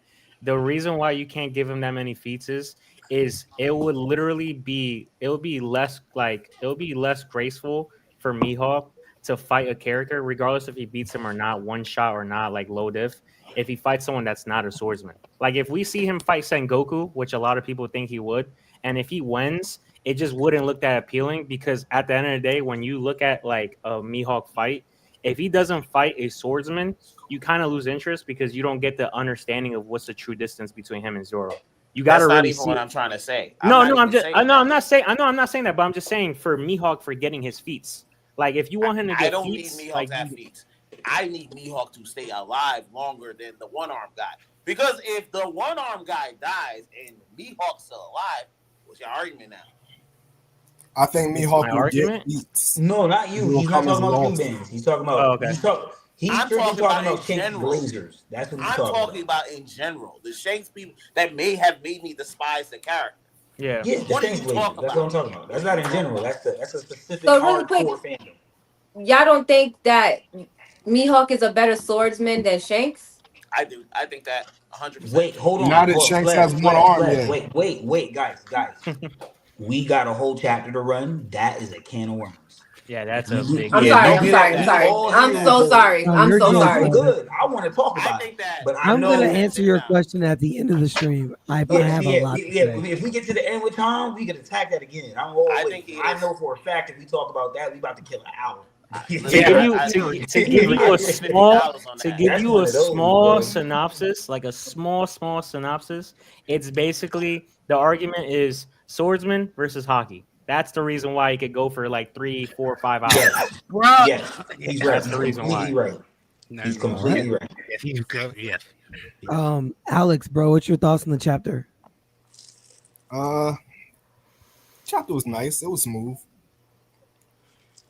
I didn't like it apparently as much as you guys. I thought I liked it a lot. I gave it like an 8, and I thought I was, going high. Apparently not. I gave it like, I did like a lot in it. You know what I mean? Like, You see I thought it had like good moments, but also really a One Piece. Are you what kind of One Piece fan are you? You see why I asking questions like that? All right, I just want to say that. Nah, it just wasn't as impactful as like the last chapter. It was just more of like the same, more of what I expected. Like, I feel like I could have predicted almost this whole chapter. I almost didn't need to see it. Wow. Damn, I That's respect fair. That is fair because I'm not even mad at your rating. It's what you say to back it up that disturbs me somewhat. You get what I'm saying? That's more or less where I'm at, Alex. It's been years of us doing this. Come on now. Yeah, because like Renee, I feel you on that because like there are multiple times that I've been like, oh, this feels like this is half of a chapter, and if you could just give me both of these together, it would have been all together and whatnot. Yeah. So I feel you when you say that. Yeah. Yeah, like I feel like this chapter rides a lot of the wave of last chapter, and I feel like even giving it an 8 was kind of high because I feel like even that's like more of the wave of last chapter. But y'all gave it 10, so I feel like an 8 is fair now. You know what I mean? So it's like, yeah. Can I ask you a question, Alex? When you rate the chapter, what are the prerequisites that got to get checked off for you to rate it a certain number? What is like? It's an 8. Why did it classify as 8 and not as 10 for you? Completely, and like elaborate. Because to me, the best part of it, I mean, usually the best part being the dialogue's not a bad thing, but to me, like the best part being a dialogue where it's only in like really 2 pages, it is a bad thing. So you're saying because it was more of an action-based chapter where you wanted more. But it was dialogue? an action-based chapter where nothing happened. I'm great with action chapters where it's a lot of like different things happening, things we didn't know. They're like this and that. Like earlier on in this flashback, we had action chapters like that. Yeah, this one doesn't feel anything like those. Mm-hmm. Okay, that's fair. I respect your opinion. Did you have anything else to say about that, Alex? You done? I guess so for right now. If I think of something, I'll remember it. Obviously. Bands, bro. Thoughts, bro. So I give it a 9 out of 10. But like I told Kezi, no, don't lower your rating for me. Give it 10. Give it 10. No. I'm explaining why it's not a 10 out of 10. So like I told Kezi, my biggest concern is literally just the pacing of it. It's just I love everything that's within the chapter, but when I read the chapter at the end of it, I'm literally stuck there thinking to myself like, okay, how are we going to leave God Valley? That is the thing that is troubling me so much. And don't get me wrong, all the parts in the chapter is beautiful. I love it. I love the dialogue. I love what's going on in Rocks. I love it. But I'm just sitting there with all this curiosity, like, how are we going to leave God Valley? Because we cannot just leave within just one chapter. There's no way next chapter, everything just is bygones and that's it. We just leave and that's it. There's no way. So I need to understand, how do we smoothly transition out of this? That's what's bothering me about the chapter. That's it. Can I ask you a question? That bothers me too. That bothers me about the whole volume, honestly, because like this chapter, I thought for certain this chapter we were gonna like transition straight into Herald, like being Don Reversi, and like the fact that we didn't, knowing that we still have to go back there, but this chat, like the volume should likely end on 1166, like meaning we only have like 2 chapters left, makes me like very worried for like Oda's pacing going forward, like because it's like. This chapter makes this flashback the longest flashback in One Piece. Mm-hmm. Well, what are you going to ask, Kazi? It's already kind of crazy. It's worth it. It's Rocks. He deserves to be portrayed. He deserves a flashback longer than Oden. Yeah, he does. He does deserve a longer flashback. Given the fact that he wasn't. Yeah, just off GP. We didn't have no lore about Oden to really sit with like that until we met. Until we actually, by the time we got lore about Oden, we already knew, like, you know what I'm saying? Like we were already on our way to Wano and dealing with that. When they revealed Rocks, we had no business knowing who the fuck Rocks was. They revealed Rocks and it was like, yo, and we like, oh shit, we seeing Garp at a table. Or when Marines are around him, Garp just saying one word at a time, eating food. Garp like, yeah, this. They all start talking. 5 minutes later, Rocks go back to eating. Now they all riled up. It's like, yo, this guy's really aura. Like Rocks and Garp, but Rocks, goddamn, the name is like that. Like he had all these people in his crew. That's like the lore they gave us for Rocks was like the whole construct of One Piece and the 4 Yonko system, and 3 of them being under Rocks. It's like, whoa, who is this guy? We gotta know who he is. He wasn't king of the pirates? That's the first thing I said when I heard the 3 names. I was like, yo, Roger is him. It made me look at Shanks even in a better light. Like, oh my God, like you're the one person up there that's not Rocks, like a Rocks predecessor, a Rocks underling.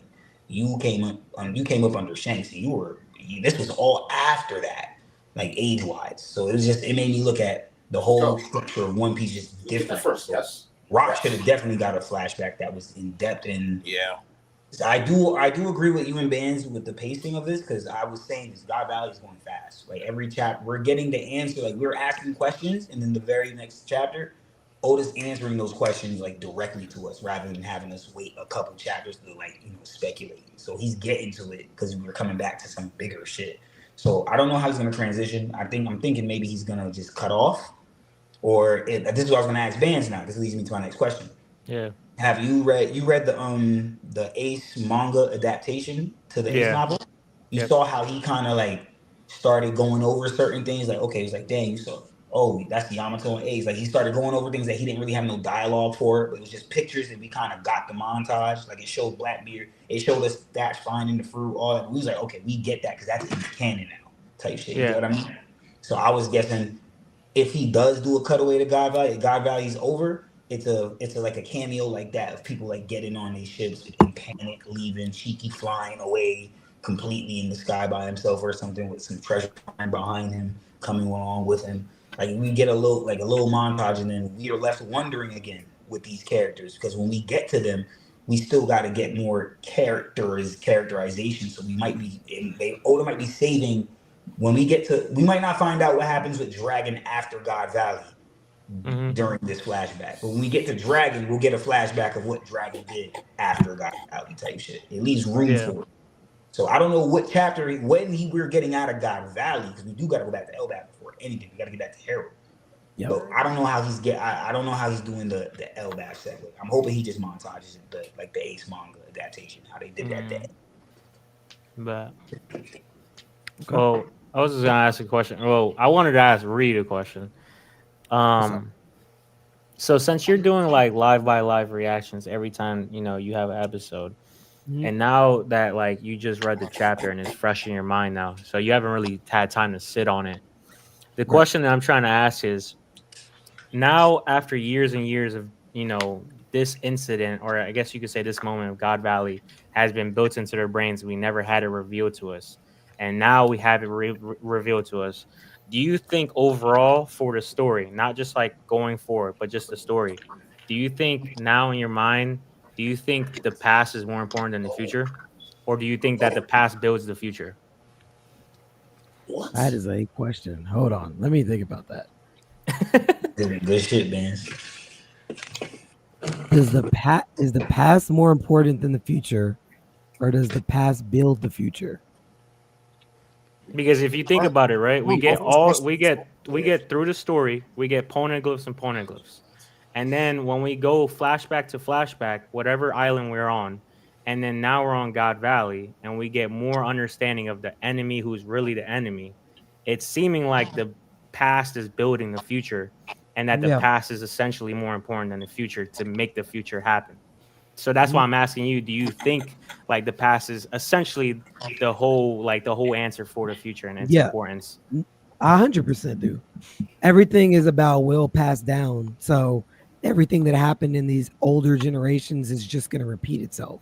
I feel like we're learning that, right? Like fates its way to happen again. Like even the Kobe and Luffy having their parallel to potentially like Rocks and Rocks, Garp and Roger. Like it plays itself over and over and over again. So I think it's both. I think that the past is more important because that's the blueprint for what we're going to see in the future. But I do think that it's building it too. That's why this flashback is so important, because it gives us a framework to understand what we're about to see. But also seeing this flashback in the past also gives us more. It allows us to understand that mural even better, which is really what I want to talk about here coming up, because I feel like a lot of stuff got answered inside of that mural today in this chapter. Yeah. So wait, Alex, before you say something, I just wanted to ask one last question to follow up with that. Now, I want you to really think about this. You keep on saying it's a repetitive cycle. It's constantly happening from the past to the future, and it's going to keep on happening through parallels. Do you think Luffy is going to break the cycle, or do you think Blackbeard is going to break the cycle? Both. Yeah, it might have to be both. That's a good question. Is this off the top of your head? Yeah, actually. This is off the top of the dome. I just ate a McChicken, just fresh in my mind. It's crazy. No, I think it's gonna be both. Like I've theorized that like slightly that maybe Blackbeard and Luffy have to team up in some way to actually take out Emu. I think this chapter confirms that. Yeah, I think they're gonna have to team up as well, Blackbeard and Luffy. But I think with Blackbeard's gonna be able to like take advantage of the dark because of his devil fruit, and Luffy, because he's the sun god, he's gonna be above, like with the light, I guess, in a sense. You know, some shit like that. Yeah, I think it's gonna be both. They're gonna. I don't want that though. It's like a Naruto Kaguya parallel. Yeah. I'm gonna say Emu's dialogue in this chapter kind of confirms that. Yeah. Where he believes that like if he takes out, or if he has Davy, or like Rocks rather, who represents Davy's will for him, if he has him take up the Davy clan, then like that future of Joy Boy and Davy Jones can't happen. Meaning that like both of them need to be alive for it. I like it. I think me personally, I don't know about y'all, but I don't see it being they might have to team up, but I don't think it's necessarily going to be a team up necessarily. I think the team up come when it's going to be.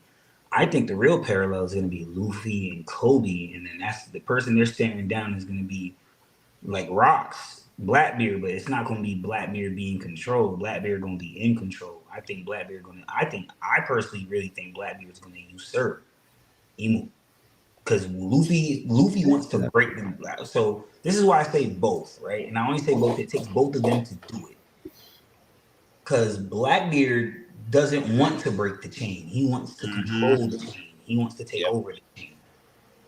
Luffy in action wants to break the chain. Kobe also wants to break the chain. That's the difference with the sword members. They're all like that. What's crazy? I just watched the whole Cake Island filler with Grunt. The whole episode of Grunt coming in and all that. Like, it's filler, but it's basically just a sword agent coming in, this, that, and third. It literally it made me feel so good about Garp, because Garp sent this young agent that was trained by Kuzan that don't fuck with no regular Marines. He sent him over there. First thing Grunt do is beat up all the Marines on the ship because they ain't shit. Simple. Then we get in there, we see the only dudes that rock with Grunt is the dudes that was in class and grew up with Grunt. And all this Grunt is literally just a Kobe. They had Kobe at the beginning of the episode, like, yo, why did Grunt want to go over this? So now we know that's Kobe Mans. And Grunt, he looks pretty tough in this episode. You know what I'm saying? Going at it with Gear 3, Luffy, and stuff like that. A nice little, like, for a 17-year-old that's a captain, he's pretty tough too. Like, he lets you know, like Kobe, he's right there with Kobe. He's right on that same type of time. You know what I'm saying? And that's the same dude that I had put emphasis to. Are you talking about Rear Admiral Bruce, or if not, who's Grunt? No, I'm talking about Grunt. Who's Grunt? Strong Grunt. The filler. grunt. You don't. Like I said, it was a filler episode. You don't watch the anime, so you wouldn't know. Yeah. You wouldn't get it. This is why. You don't have that knowledge, bro. Yeah, you don't. But this is why the filler is important, because they're pushing the same themes that the canon is giving off about the characters and what we're learning about these characters. Sword. The Vice Admiral calls Garp and is like, "Yo, why did you send this young dude over here?" Garp pretty much just told the nigga, "Cause I ain't give a fuck." That's basically what he said. Hung up the Den Mushy. The dude, Vice Admiral start tripping. The other Vice Admiral start tripping. Like, who do you think he is? That geriatric bastard. Literally, don't give a shit. This is letting me know Garp is really him, bro. He's really walking on the Marines. He has his influence on the young generation. This is really what it is. Kobe's here to break the chain. He's gonna stand right there with Luffy, and that's gonna be Blackbeard. But Blackbeard is not going to be controlled by Emu. Blackbeard is going to break that chain in his own way by usurping Emu. But the chain really gets broken when Luffy and Kobe take that from him. Take him down. That's what I really think. It's gonna be a moment, like a little team up where Kobe, Blackbeard, Luffy, maybe like three other people, they all have like a team up move. But if you notice how that team up move happened, it wasn't constructed. They all just ran up in there and did their own shit, and it all happened simultaneously at one time. It was not a team up. They did that all. Big Mom was about to hit Kaido for taking the fruit. Kaido said, Big Mom switched up in the middle of the move. Big Mom switches up and attacks Emu. She had just got there. Garp, he ran in and seen it. Roger ran in and seen it. They both just did what they did.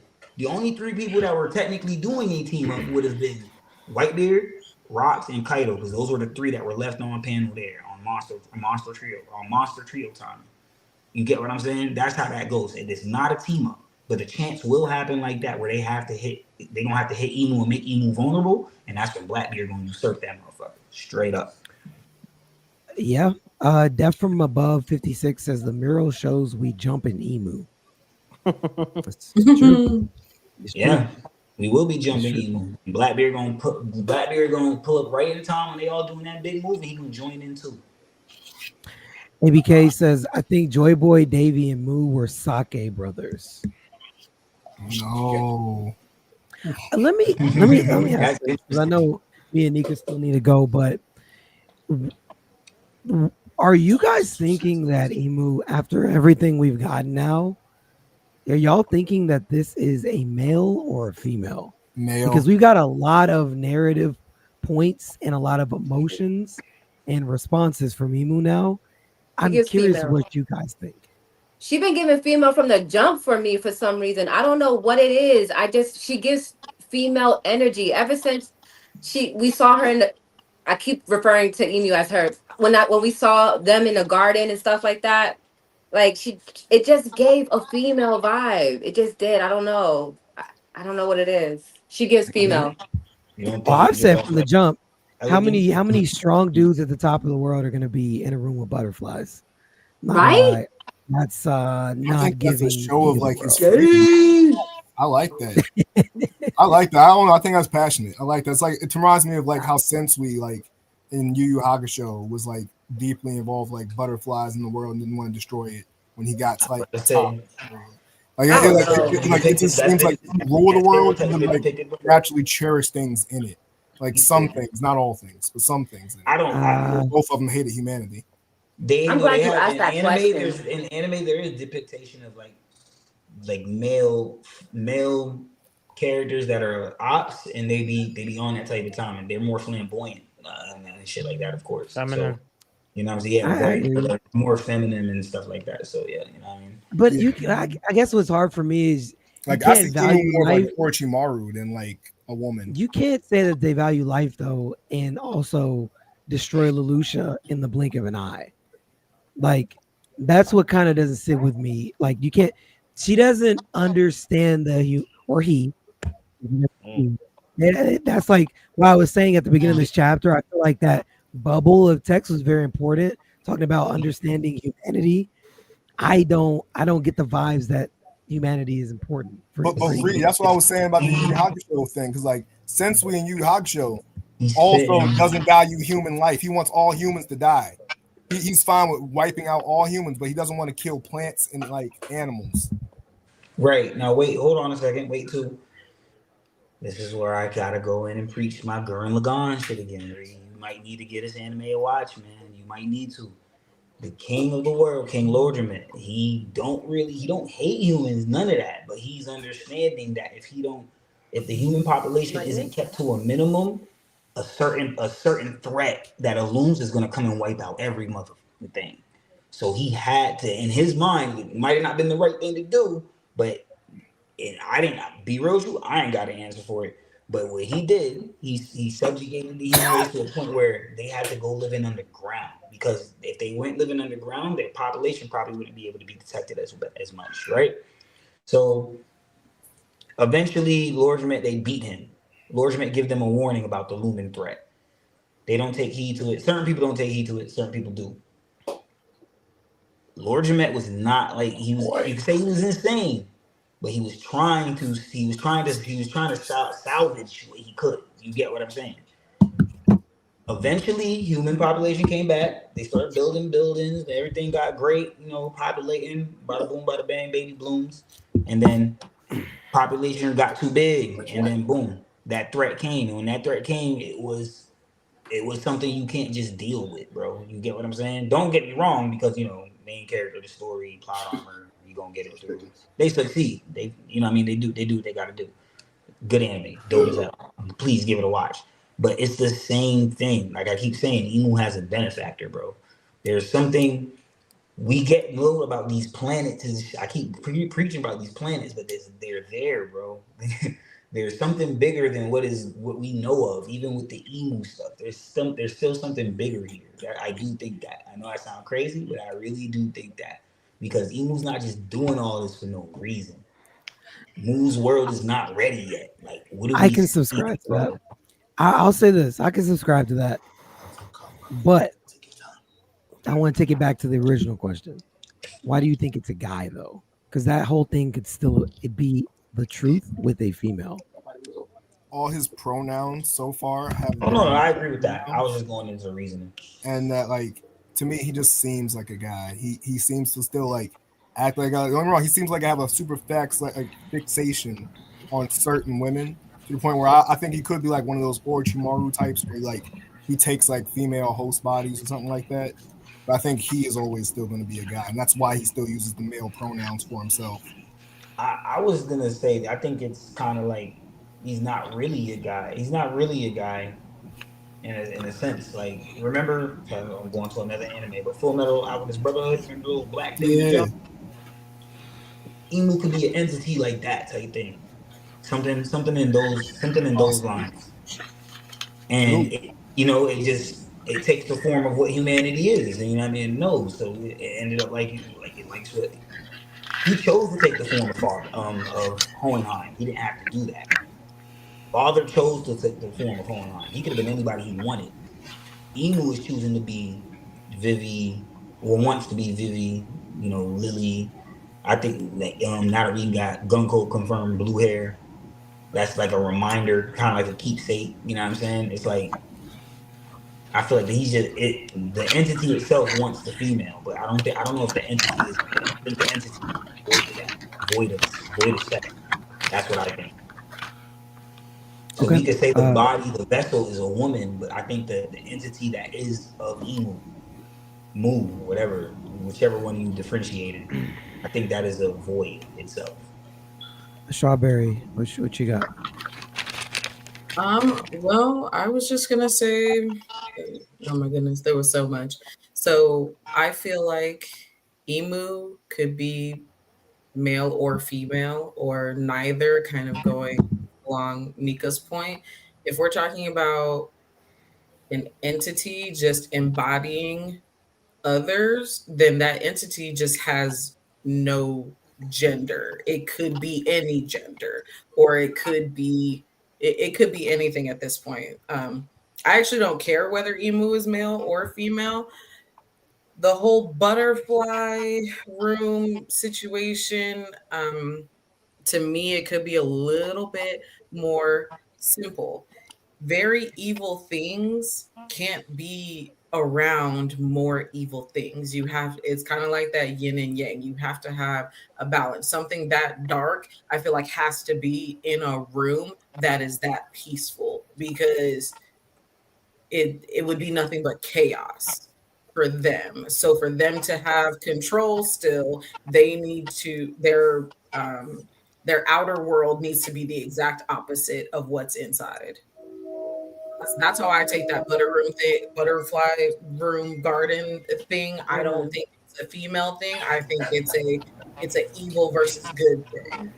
But I mean, emo being the vessel was female, probably good, cool.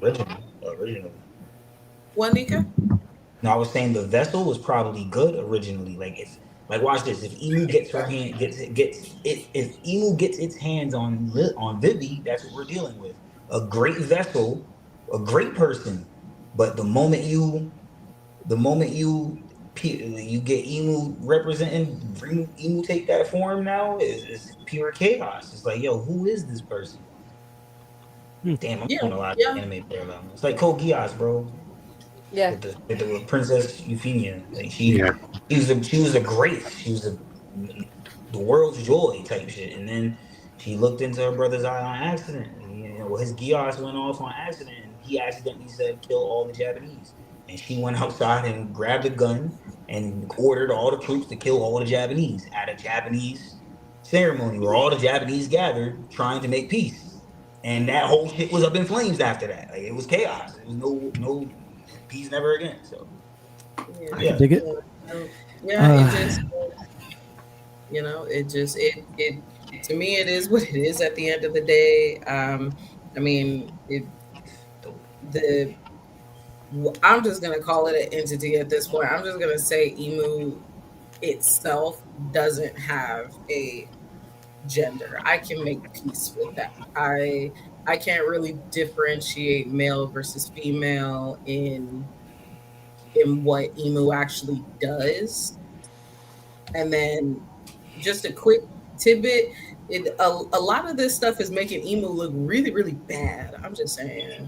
Because the fact that Teach was able to live as long as he has, and Emu, I'm assuming Emu's gonna act like they didn't know that Teach was still alive, is really just like, you are very bad at controlling the world that you want to control. I don't know about that. I think he's doing pretty good. He got 800 years, right? Nah, but Teach is still alive, though, Alex. That's the thing. You want the Davy clan dead. Nothing's gonna stop you from killing them when you are really in control. So, what's really in control here is he knows he's alive. I'm okay with that. No. Look, to be fair, that if you can't say that, Strawberry, you're taking away if you say that, you take away everything Kuma just did. Yeah, like I don't think she knows. Yeah, that's how 800-year empire is crazy. You feel me? Fate works in One Piece in a very uncanny way. We call it plot armor. That's really how just Fate works in One Piece in a very uncanny way. But up to this point, we could say Luffy's gotten help to defeat every villain or every whatever. We could say there was been some type of help for Luffy.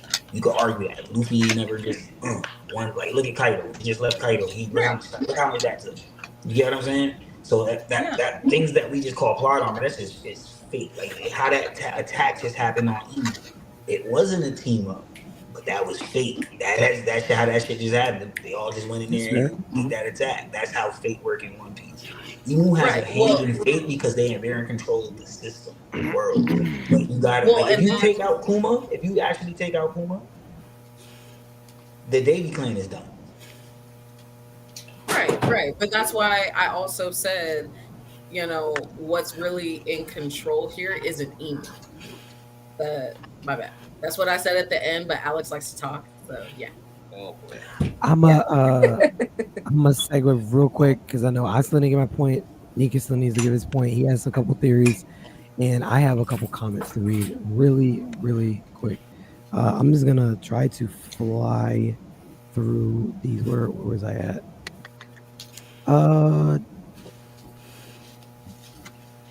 Emu could be the earth god. That's why it likes flowers and butterflies. Okay. Oh, she's a Virgo. Sorry. Sorry. Maybe. I'm still holding on to it's a girl, but it is what it is. ABK says the real question is who is its current host? I think it's Lily. Valid. Current host? Who is she like taking over currently? Davy Jones could be the person with a crown on the elephant trunk in the mural too. I said that. I was arguing. I think it's Emu personally, but I'll take that. I listen. Emu. I mean, Davy Jones, Ancient Kingdom King, maybe. Who knows? Maybe. ABK says Big Mom uses masculine pronouns too. By the way, that she means doesn't. nothing, Alex. She does not use masculine pronouns. Big Mom's always been referred to as a she. Right. They never started calling her a he. What is he talking about? What is he talking about? He might have some panels. You got the panels? Drop them in the Discord, bro. I'm on panel timing now. That's all I ask for. I don't know what y'all arguing about. Wow. Panel timing. Those One Piece figurines are sick too, by the way. I'm assuming he's talking about yours, Slevin.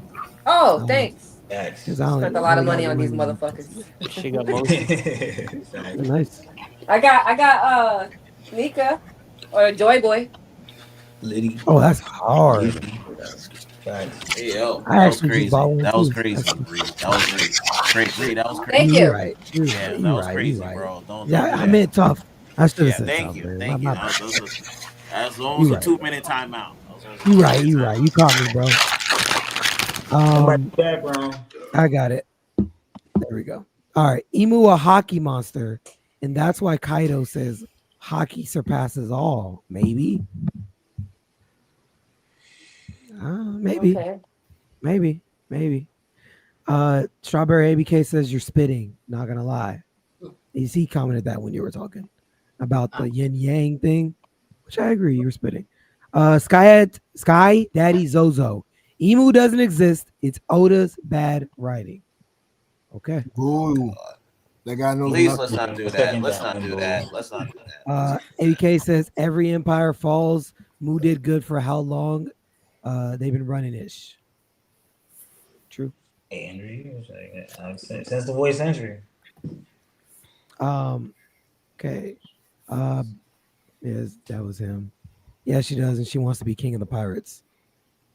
She did say king of the pirates. Yeah, but king doesn't have to be male. That could just be ruler. The same way like Shaki's a treasure, and that doesn't have to be like an inanimate object. Like Nah, Alex, that is not the same that doesn't thing. correlate. Even do I that. tried to slide that in. Very It didn't much work. is.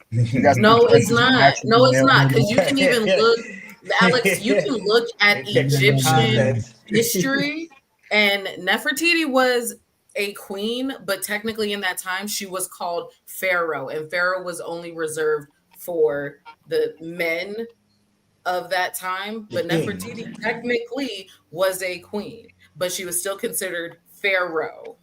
Wouldn't So that be it's not towards my a- point? It's not. It Where, like, is definitely king a doesn't have to masculine be term. masculine. Like, Yes, no, king it is just means ruler. masculine. No, pharaoh didn't also have to be masculine. It just meant ruler. No, but it was. No, back then It was you could not traditionally say that a female masculine could because be males pharaoh. had the position. Nefertiti The just women was able to gained the do that. position as well. Therefore, it wasn't like the term would no longer had masculine ties. It had No, masculine yes, it ties because of like history, not Alex, because do you of the not actual understand role. that Nefertiti was walking around looking like a pharaoh? She did not look feminine. She looked masculine so that she Why do y'all could fall for rule. this shit all the time? I think she did that more so to fit I the love how role y'all of the fall for this pharaoh. shit. Not Yes, because she because it's a wasn't masculine role, not because it's a female. It's not female. No, she wasn't hiding that she After the wasn't a third woman. defense, People he's just knew trying she to was a rage woman. bait the fuck She out of was you. doing Like, it to look the role of the pharaoh. All right, you got it. She You wasn't win. pretending to be a man. You win. You All got right, it. look, Nika, it is your time because we have 40 minutes left roughly. And there's a lot to say. Damn. And we gotta still talk about the mural too. Yes, that's what I'm waiting for. Nika, go, bro. man. Okay, look, 10 out of 10. I love the dragon Luffy parallel because that was like Sabo, Odie, and Marineford together. Like Zod said, I think that's he gonna grow. He gonna grow. You gotta give him time. I like that Captain John got back up. That was cool. You know what I mean? Glad he ain't just been out like that. People talking down his name going crazy, especially on Twitter. Motherfucking things that I thought that were crazy interesting.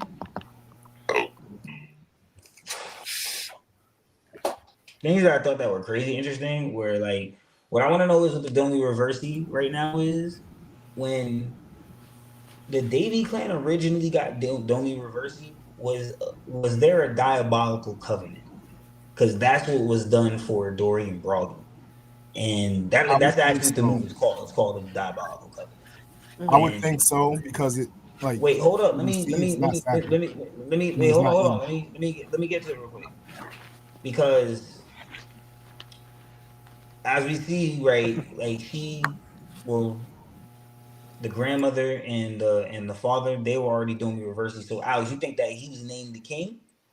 I think Garling had the ability to do it. Like I think the Holy Knights, like with the high rank, I think Garling might already be like Supreme Commander, even though he hasn't won the contest yet.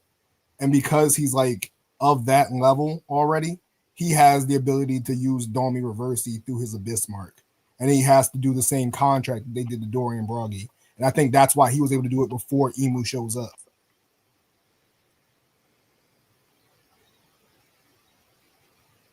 That's why I said to y'all like last time. I think it's Gunko. I think that's why Gunko might have been there. If not Gunko, it was Saturn that did it. One of the two of them. And I say that because hold up, right? And I say that because we already got in the pattern of knowing Gunko could do it. And even now, we didn't see like Emu's taking over Gunko. Emu could take over all of them, but we see Gunko always with Emu. So I think that means something right now. So her being the whole devoted blade and all this other stuff, I think they set her there as a vessel to I would agree with you on that part.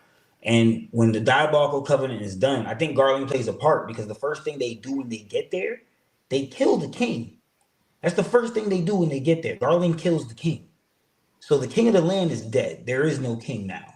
Same thing with Elbaf. King of the land is dead. There is no king. So we get there, and then now the Diabolical Covenant has been given. Does that put just a small technicality? What do you guys think? Was the father Rox's father named the king, and then like you think he was issued in a move like, okay, Davy clan do this, and then they did do whatever they did with Garling? Yes. Oh, like they did for Dorian Broggy? Yeah. I don't know. That's hard to move my thumb on. Okay. Yeah, for me, I think it was like I think Garland. Don't get me wrong, I do think Gunko is special, but like the fact that Emu doesn't take over Gunko when he comes to like God Valley, to me seems that like Gunko is being bred for the position that she's in now, and that back in the time of God Valley, she's like just not at that level. She's at the level I'm thinking Saturn could have just individual competition, but like not at the level where like Emu would take her for his Domi Reversies. So I think that like Garling through his Abyss Mark just had the ability to do Domi Reversi with like through the contract way that like Gunko does it, right? And then like when Emu gets there, he like goes with Saturn and we see what he does. I think Gunko can do it without Emu. Like I believe with her being the devoted blade of God, she can. And maybe like the whole we know that the big reason that she was taking over in Elbaf is because she was getting conflicted with the whole Brook scene. Well, I think maybe she can now. I don't think she couldn't back then. I think that's why he showed us in the flashback that she was the devoted blade of God. Yeah, that's why she was there in the first place, because she disappeared. I think that was the whole point.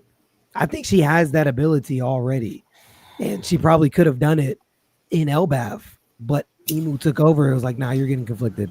I have a question. Do you think that she was demoted? How so? It's also going because she's not called devoted blade of God anymore. Oh, you said demoted. You said she was demoted. I wonder if she was demoted because she's not called devoted blade of God anymore. We got one title for her, and then we got another title for her. Well, I think I don't think she got demoted. I think she was devoted to God because, like, I think she still kind of is, but now the title of Holy Knight is above that. But devoted blade of God meant she was training to be like the special one that Emu can now possess that we see he does on like Elbaf. That's to me what that meant. Okay. I see where you're going with that, fully. I don't know. That's actually good, but I do see what Alex is saying too. because the Holy Knight title would supersede that. Because that's like a specific moniker that would be given from Emu. I don't know. I still think that she did the Domi. Sorry, Nika, please. You can finish, bro. Nah, you good, of course. Yeah, I love the chapter. I love the parallel. Okay, this is the part. This is another question I have from the chapter, right? So this guy got a lot of point out questions. So what Rox did showed us that Roger and Garp can access voice of all things, right? What Zunisha did, like it showed us what Luffy and Momonosuke, right? And then what the Sea Kings did, you got it with Roger and Oden. So do we think all of these people have voice of all things, right? Yeah. So when Luffy did it underwater and Wano and Law's crew heard it, the whole crew heard it. Well, like a few of them heard it. Do we think they can access voice of all things too? Because if now we're being biased to our agendas, if we I think it will be inconsistent to say that. I don't think hearing it. I've been saying that. I agree with that. I don't think hearing it gives it to you. I don't think hearing it gets you. It could be. I think it's like it's like a Hunter thing. You know when you you don't got nen, but if I hit you with a real good nen punch, I activate your nen. I could activate your nen pores, and now all of a sudden you can now access this aura type vibe. You remember that? No, I think like even now, like the Law's crew don't have any like voice all thing. They can't access it.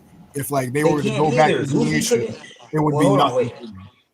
But hold on, wait. Luffy couldn't access it neither though. But that's my whole thing. Like you get what I'm saying? Like it doesn't seem like Roger. We learned that Roger had uncanny moments of having these things happen. Like he could read the poneglyphs. I'm pretty sure that's something he developed over. Like this is that's what I said. Because he's Roger, yes, he goes on to groom his and it turns into this. I'm not saying any of the law pirate members they're gonna get it and access it and be able to. I think they can access it, not access it, but they'll have it to where they can hear the shit being used.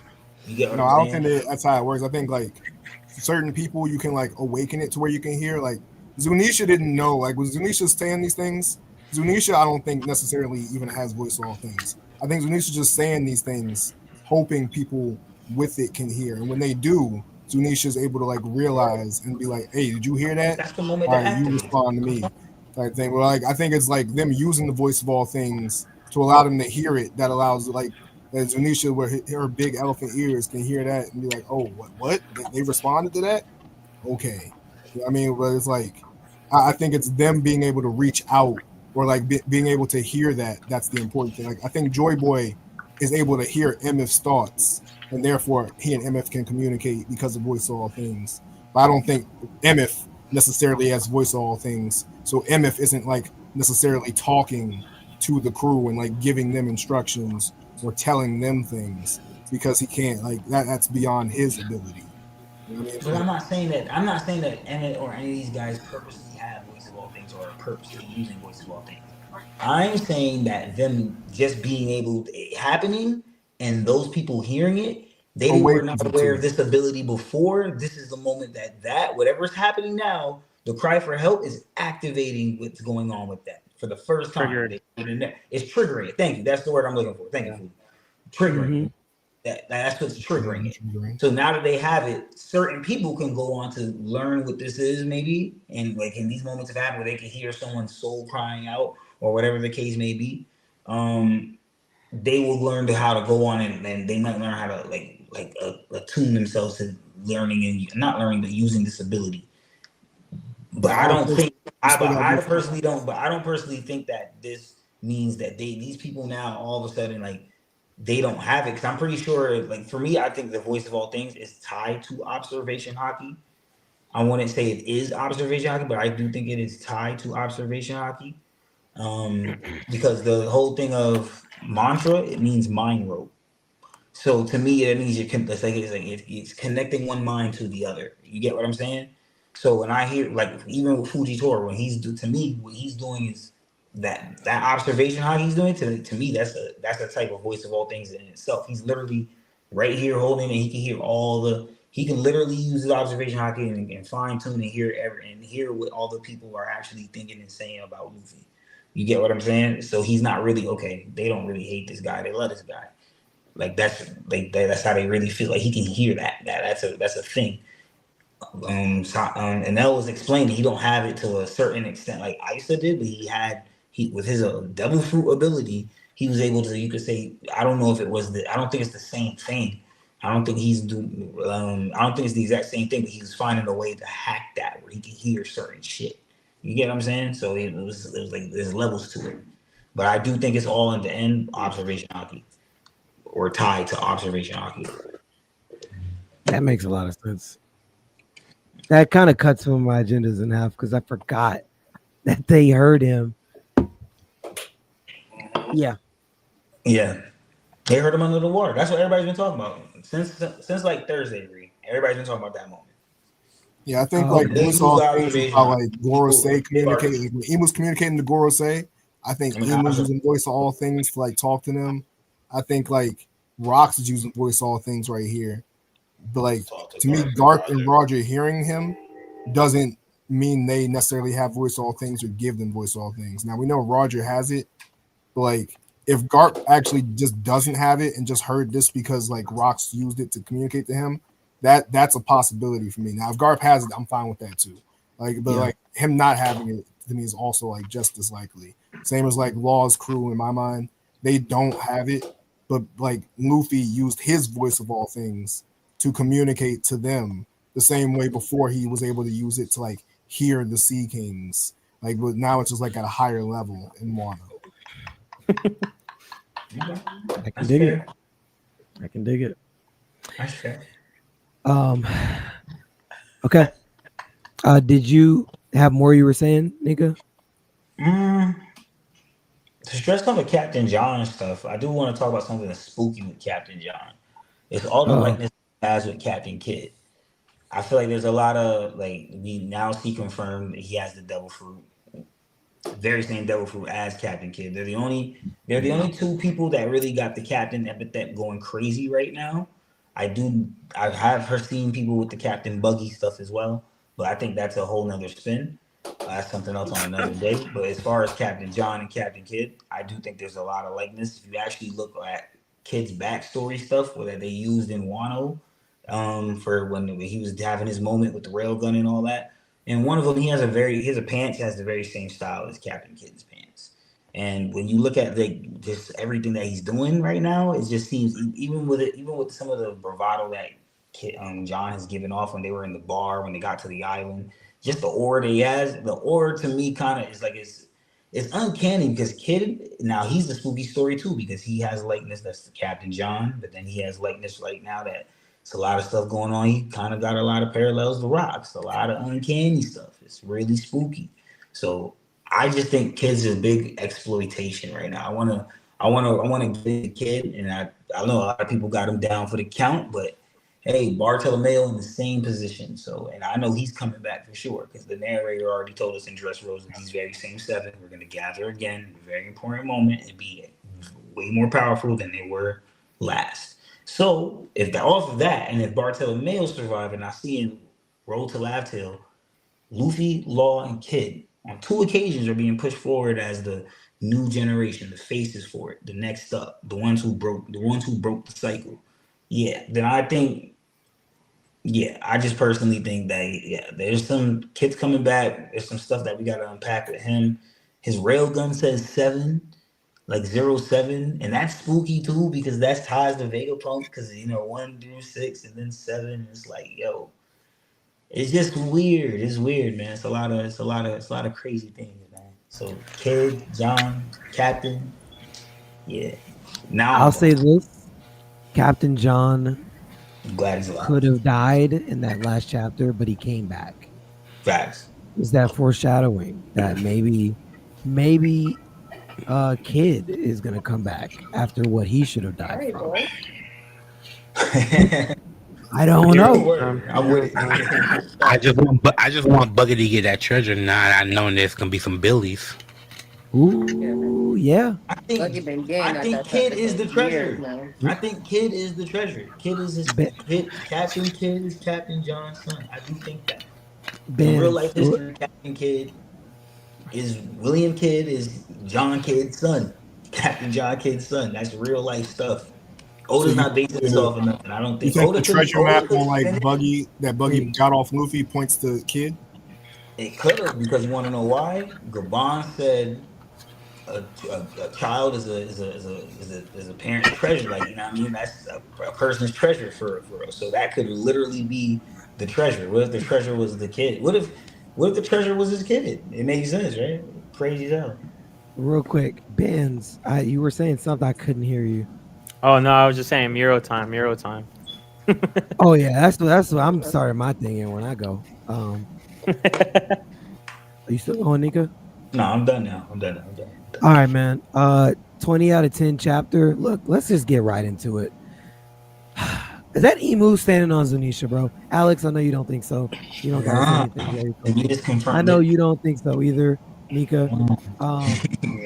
I feel a weird sense that, again, this is some type of love triangle.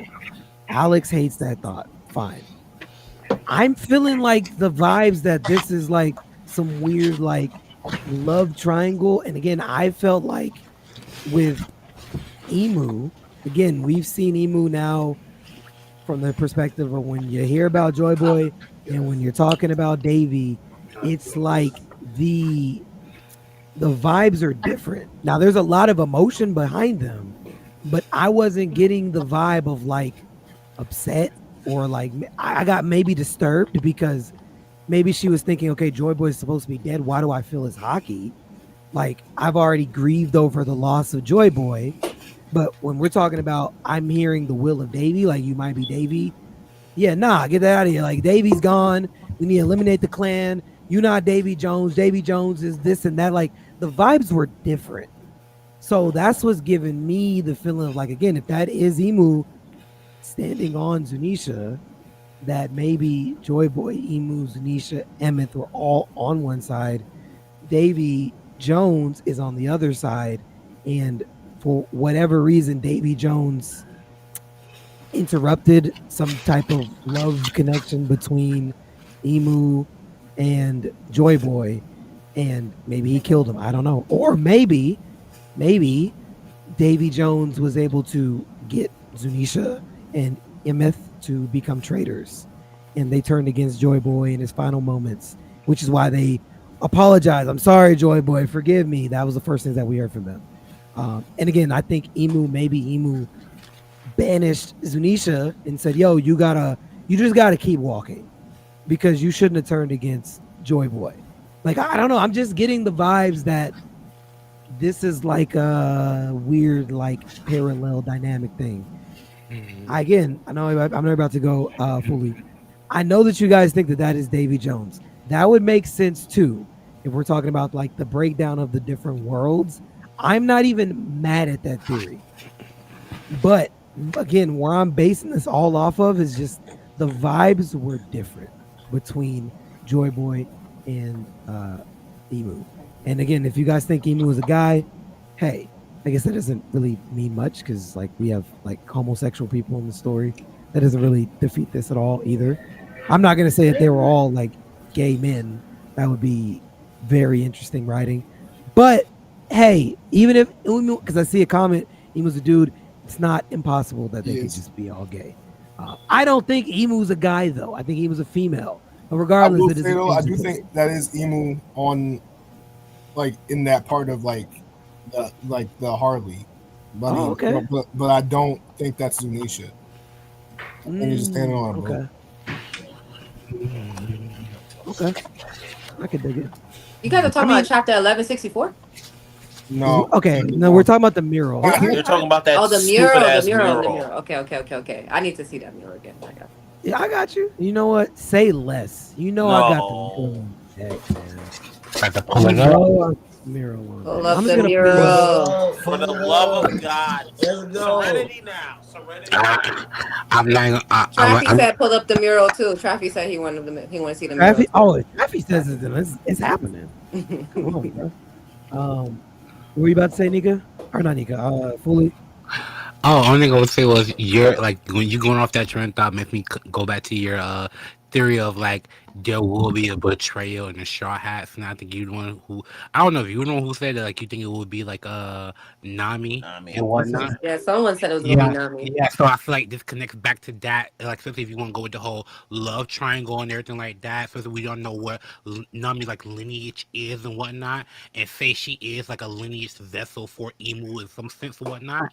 It would connect in a weird way of that being like the whole betrayal and everything. Yeah, yeah. I got it. All I right. see it. Nah, I could dig it. Dalnika, you know this one doesn't have the moons that are at the top, so don't stone me because I know that's your version you like seeing. So just Yeah, the humor me, original. okay? The Because I OG. already you like the moon piece part. So just Yeah, it Planet gotta have everything as is because everything is. See, like, look, this is missing details for sure. It look good, but it's missing details. the person Even on certain ships, is missing details. Like, where's the all black ship? You know what I'm saying? so I'll say this, right? But it's There still is a fire. ship in here. There is a ship inside of here, Alex. But the whole thing is not a ship. That's why I disagree. No, I This is think the Zunisha. whole thing actually is a ship, and it's being powered by like that power plant and like whatever they're like taking, like that destroyed Mother first flame. world. Like, yeah, the mother flame rather, and like that's why all these people are making like and like those 20 people, like behind like that guy with the crown. I think are the like 20 families, like or like the Holy Knights, like they're the members of the 20 families that helped Aim win in the second world. I could get with that. But granted, there's 19 of them. But Oh I yeah, kinda, Aim is the 20th. He's the Nerona family. My bad. right. I don't think I can But do I'm not even completely against that because this should be symbolizing the Noah, especially literally since you see two of each animal, and we know that the story of Noah taking two of each animal. We know that that boat inside of there is Noah, which is why I'm kind of going away from the boat idea because this looks like Zunisha. Like there's a trunk there. That's kind of why I'm Also, like, cattle's right underneath like Emu. That makes me think yeah, just the boat. I hear you. I'll let you have that. I'm not even gonna go too deep into that because I can This go shit is either way. crazy. So taking But a note from art class, it could be symbolism, my brother, of Zanishu being a ship and also a vessel, my brother. Thanks, Steve. we're So, getting brother poetic. Fully, right Brother on. Fully with the poetry. Right Brother on. Come Fully is on. crazy. Some snaps in the comments, bro. Let me snap. Amen. Amen. Hey, if you get bands hitting you with amen facts, I like it. No, this is Zunisha, bro. I'm not gonna hold you. I really Nah, think that, it's not. Zunisha is empowered by the mother flame. bro. I think okay, no, That hear is me out, Zunisha, right? bro. Because Alex there is could crazy. be like elements of like this is me just rambling. This could make no sense. So don't get too mad at me, right, Alex? This is me just thinking off the top of my head. The other part I was saying, I actually believe. This one I don't know for sure. But maybe there's like elements of like because like the Noah is destroyed now, right? I don't know how big Zunisha is, but maybe that could be the same. Like you could carry people on Zunisha the exact same way that you would have carried them on Noah, obviously. Like Zunisha's literally walking through the sea as a ship. So why can't you stand on top of Zunisha as you would have stood on the Noah? Like it's sinking, you could do the same concept, and Zunisha could be what you're saying as a boat. This could be seen as a boat. It functions the exact same way. So that's why I don't even disagree with you. I just think this is Zunisha, and Zunisha is also the boat, which is why she's symbolized, or he, I don't know. This is why Zunisha is symbolized with Noah inside of it. Yeah, I don't. That's okay. That's fine. We could disagree. We could disagree. Benz, what were your thoughts? I know you wanted to talk Miro. For me, I think it's pretty evident that this mural is showing that the final war is going to be on Fishman Island. I believe that's the tree that we were seeing is the tree that is the Eve tree that connects from the very bottom of Fishman Island that leads all the way up to Mary Joie. Okay, talk about it, man. Hence why you see Emu right there. Hence why you see the Noah right there. Hence why you see the Noah being filled. And then hence why you're seeing Zunisha there as well, because I believe Zunisha will keep on traveling. And then I also believe that on the far right, regardless of whose theory you want to believe, there could be either a Sea King, or you could also believe in, like Norse mythology, because there's a big theory going on right now that in Elbeth, we might see the man who's marked with flames. He might have a devil fruit of, I forgot the famous dragon's name, but it's a Norse mythology fruit. It's for Normangunder. It's like a very famous dragon, but that's a whole different tangent you could get onto. But I believe it's very evident that it's going to be on Fishman Island simply because of the tree, simply because Emu's at the very top, simply because Noah's at the very bottom. And then the other simple thing is that it's like been said long ago that we have to destroy Fishman Island. I think that would make a lot of sense if we're having the final war and the Fishman Island gets destroyed in the result of it. And then also on top of that, I just think it's a very suitable battleground, because if your end goal is to destroy or get rid of Emu, you kind of want to get rid of Mary Joie as well. So if we have a final panel or something like that where we see Mary Joie get destroyed and everything starts to crumble and fall, it kind of just makes a lot of sense, because you're also freeing a lot of people by doing that as well. And I just think it just makes a lot of sense. I could go further and further, because if you grab the right mural, or not the right one, but the other mural, where it talks about the first, second, and third world, I got that too. I have a big theory that I personally believe that Emu is the forest god, not the earth god. I believe the earth god is the previous god to Emu, because I don't believe Emu has been alive for the whole time. I believe if you could see right there, where was it? The first world. Let me see. I have to read it. Sorry if I'm taking up the time. This one with the planets. Right there, the forest god sent forth devils. I believe those devils are representing the Gorosei. I believe the forest god has the ability to give life to create those devils. Hence why she was a she. I'm saying she because Emu is a she. Talk about it. Take away the life of Saturn. Take away people's life force. I believe also that's why she's able to regenerate. But I'll get into the regeneration for another time. But there's a whole lot of things I could go down deep. But I believe it's Fishman Island. That's where it's all represented. Bro. Yes. Dan's in the Matrix, gang. We heard him. He's good.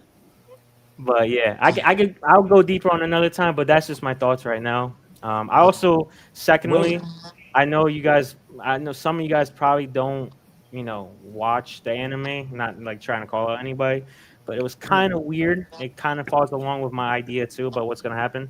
But it's kind of weird how the Mother Flame, we finally get to see it, and it's a specific color.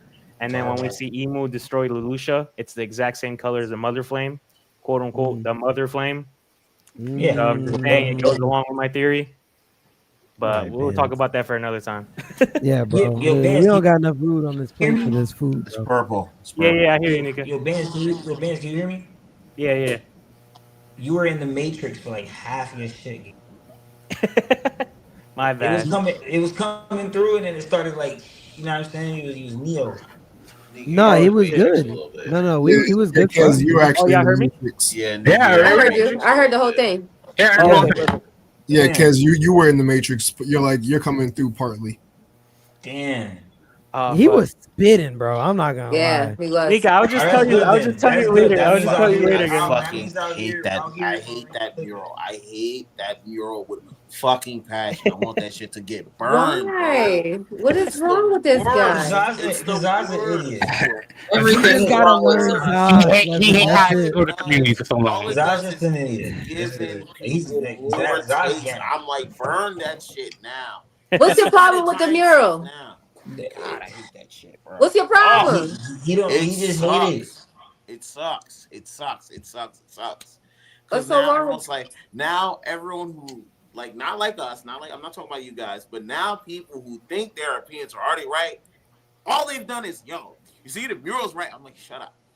Just let the shit play out. No, shut up. Let it play out. I don't care where the final world happens. I'm just like, yo, let's move on. Let's move on. No, the mural said, oh God. Okay. All right. A lot of people reference the mural to you. Got it. Yeah. That's it. It's just bias. Oh. That's it. There's no bias towards it. I'm just like, let's let the story move on. But everyone has No, you have a bias to hate it. That's what Reed's trying to tell you. You have a bias to hate it. Like, we haven't talked about the mural on here like in months. It's been months. We bring it up one time. We bring it up one time and you completely crash out. Like, it might have been 6 months, honestly. Because like, like 4 months. You have a bias to hate it. Reed, you crash out. Yeah. That's why I said let's ignore it. We tried to avoid it. Oh man. Okay, I'm gonna have to play that back. I'm sad you missed that, Nico. Like, yeah. No, it's good. No, that's fine because that means you can clip it and I can hear it. So that's great. Now I didn't. No content was missed. That's cool. We're good. That's what I wanted that to be heard because Yeah, me and Nika has been talking about this for like a minute. We've been talking about this for a minute. You just went in the Matrix. So I was like, oh, it's fucking up. What's going on? No. Yeah. That's how I'm feeling for my boy right now. But now you're telling me you got it, and I'm only fucking up. Like, cool. Yeah. That's because you supported them. That's because you supported the mural. Listen, that's what happens. Like, if you were just like me and fucking hated the mural, I'm very. Don't even come for me about the mural. It is what it is, bro. It is. I'm good. What's up, Fully?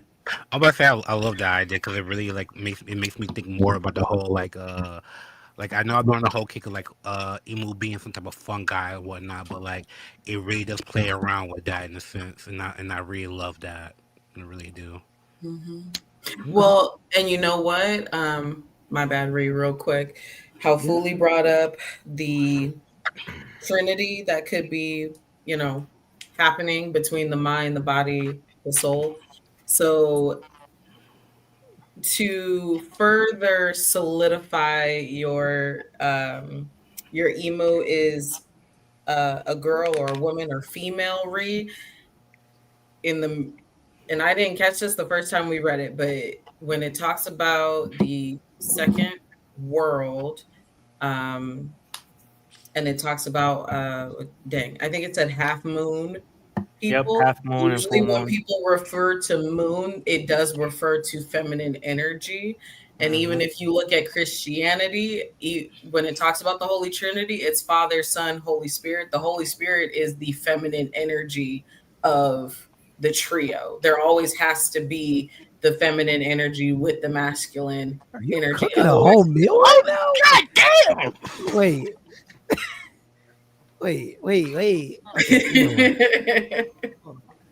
Hold on. So I mean, you got Blackbeard, you got Luffy, Emu now being female balances everything out. Yeah. Alex doesn't like this, which is fine. That's how I know you're cooking, because Alex does not like this at all.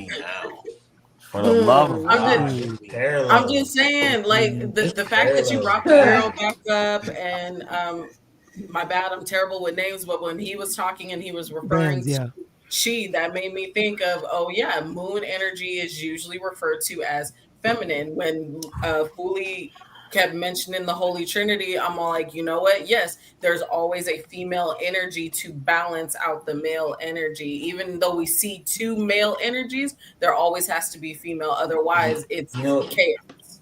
That's crazy because this falls into the Nami Nerona stuff for me. Not gonna lie to you. Give me my W. Nami in the Holy Land. We're gonna have. Give me my W right now. I want it. I'm not in the Holy Land. I'm not gonna lie. I want my W. It's crazy. I want my weird, W, bro. I want my W. I want it. Damn. I want my W, bro. I took that clip and saved it. I'm not gonna lie. I'm happy that you guys are saying that because I didn't want to expand on everything too much, like what my theory is, but you guys are touching on it now. And also, my other part is I heavily believe that in Emu's character design, she is wearing a veil. I 100% believe she's wearing a veil. Like a wedding. Emu? Yeah, emu. Yeah, emu. Yeah. Oh my god. Yeah. He gave like the silhouette just gave like veil crown, like it just gave feminine. Yeah. I'm sorry, Zod. God. Oh, he's spitting, bro. Yo. Golly, so sensitive over there. But yes, yes. No, yes. bro. You know it's crazy because that thing in Skypiea that we were talking Yes. about, it has a Yes. veil on it, but that is a Yes. creature. And this is the thing that's kicking me in the heel because if emu is I'm gonna what pull it, it up. man, I don't. It's weird, bro. I don't want to. It's weird. I don't even know where I'm going with it. I don't even know where. Go ahead. That's why I gave a part of my Cooking. theory. That's why I gave a part of it. I just wanted to see what y'all would go off of. Nah, man, you're cooking, bro. You're cooking. You're definitely cooking. I don't even got time to pull it up because that's gonna be so long. Okay. Thank the good God Lord. damn it. Okay. Whoever the fuck he is, God Okay. damn. Either way, let me add this. We're literally about to wrap. This person's been commenting a lot. I just need to get to it because he does not like emu being a woman potentially. I'm gonna read all of his comments, and then we will wrap. What's up, Unguard for Real on Twitch? He says, "Yo, what's up, Unguard for Real?" I know I'm late to reading that. Enslave on Twitch. What's up to you Cool too? profile picture. Oh yeah, it's hard. It's cool. It's tough. My bad, Zah. It's tough. There you go. Let's see. Where was I at? Emu is a dude. Antichrist. It might take over women's body like Orochimaru, but he is a dude. W to Alex because he said that. People with it. Bro, Oda does not make Luffy versus woman unless their name is Vivi. I said to add that in because he did deck That's Vivi true. in the face. Emu might take Vivi's body for the fight. I mean, they were like, ironically, we're talking Lily, Vivi. Why wouldn't he punch another person from that family since he already decked Vivi in the mouth? So Straight up, She though. deserved. if Lily is, But She does not deserve it. What are you talking She about? deserved it. and we are going to. She was trying to on defend her country. Don't do it, Alex, please. we're moving on. as Don't do all it. the characters are good ones in One Piece. That is true at this Okay. point. Yeah, that's valid. I don't know. Was The Mr. mural a show. good guy before? Like when he was working for Rock, he was a good guy for y'all? Well, okay, that's valid. I guess at one point he was bad. The mural shows that both Emu and Davy got mad at Nika for whatever reason and made devil fruit with the power both the sea and the earth god. Then Emu betrays Davy. Then devil fruit weakness. Okay. Interesting. I get what you're saying. Oh, okay. Okay. Maybe. It makes sense. Also, the bell in Skypiea has a money with a straw hat. A monkey. So monkey with a straw hat. He So spelled it. That's what he Nika's from Skypiea, maybe. I've been saying this. This is something I've already been telling you. Oh, Nika, man. Yeah, no, I know. This is not new, yeah. It's on a straw hat. That's Even the monkey D Shandorians- tribe. That's just, to me, that's just D tribe stuff. Like the monkey D tribe might make them back to Sky Island. That's what I was saying. Shandor. That's what I was trying to tell you. Yeah, no. We talked about that last week. Yeah, and not Sky Island, but Shandor, because Shandor was originally on Giant. You know what I'm saying? Yeah. To be fair, Monkey B might be a fake name too, where it's like just like Garp doesn't even know it. Like they could be like whoever Joy Boy's real like name is could be for them. And that's why No, like Emu comes back and he calls like Luffy Joy Boy's like, oh, you let Joy Boy get away. He's pissed that he's going crazy over it. Like got to kill Saturn now, but like you know what I mean, like you know, like, same like he was doing for Davey back then, like for like you know what I mean for Roxas as we see right now. I think it's more so like that family, like it might just be the Will and they could be like the Gold family or something like that. But like I think it's more like probably the Monkeys and like Monkeys changed their name like probably like before Garp's generation. Like Garp and Warrior Roger might- do have a very deep. It seems deep. It seems deeper than rap for Roger and Garp, and I don't know why. And it could be something to do with what Alex is saying. It could be on some like, oh, maybe they are family members and or who knows or something. I don't know. Best friends from an island. I don't know. Point is, we see rocks. We see all that. This guy worried about Roger more than anybody. You know what I'm saying? Like, Whitebeard, all of them. He want Roger. You know what I mean? Either Roger was just that much of him that we just still haven't comprehended yet, or there's something deeper than rap going on. I think it's on top of that, the first time we see these two pulling up, we don't know if there's any history between them. We just know that the minute Roger heard it was Garp, he was like, "Oh no, we stand for this fight." That's what I'm saying, bro. Like they just smoke demons for no reason, and I don't think it's no reason. He was ready to run for any other Marine. He said, "Garp, nah, we going in. We're gonna squabble this out. We're gonna run that fade." You trying to downscale, Alex? That's crazy. I just see what you just did. I have a genuine question. Oda always gives female characters tragic backstories that make us sympathize with them, and Luffy's never really fought a woman head on, not even Big Mom. Do you guys really think Oda will make Emu a woman? That's true. That is so true. That was his first person. I was on point because I was going to say we dealt with this arc of one. Oh, we're not going to talk about Big Mom too? Well, he's saying that he didn't fight her head on. No, I know, but I'm saying why are we assuming that Amy was endgame? He never landed the hit on Big Mom. I don't think we want to bring up Big Mom. What did you say, Slevin? I was just saying why are we assuming that Emu is endgame? What if Emu is not endgame? Emu you know what I'm is saying? in the endgame, but is not the essential endgame. Right, like It'll right. be a part of the Like she's not the final boss. Yeah, Blackbeard is the final. All right, yeah, I'm with you on it. Do you think it's Blackbeard as well? I think it's Enel. Oh shit! I don't know. Okay. I think it's Enel because Oda is showing us like he was in the moon looking at certain things. Like I feel like Enel's gonna come back on some shit. No, Enel is coming back. The SBS just well, yeah, right. But I'm just saying on some shit. Like, I'm with you. yeah. Ooh, wow, okay. I am gonna need to hear a little bit more about that. Maybe on Discord this week. Are you in the Discord, Slevin? I am. Yeah, I am. Yeah, I think I need to hear a little bit. I'm really bad at Discord, guys. Sorry, okay. I don't like. I be trying to respond or stay on top of things. It's difficult. It's cool. There's a lot going on in the Discord. Makes me feel so old. Makes me feel my age. Wait, can I say one thing to that guy who commented about the Earth God stuff real quick? Yes. Before please. we go, I don't want to go off on a tangent, but just quickly. If you look at the first, second, and third world, you don't have to pull it up. There's a specific part where it goes along with my theory about Emu being the forest god and why it's also a she.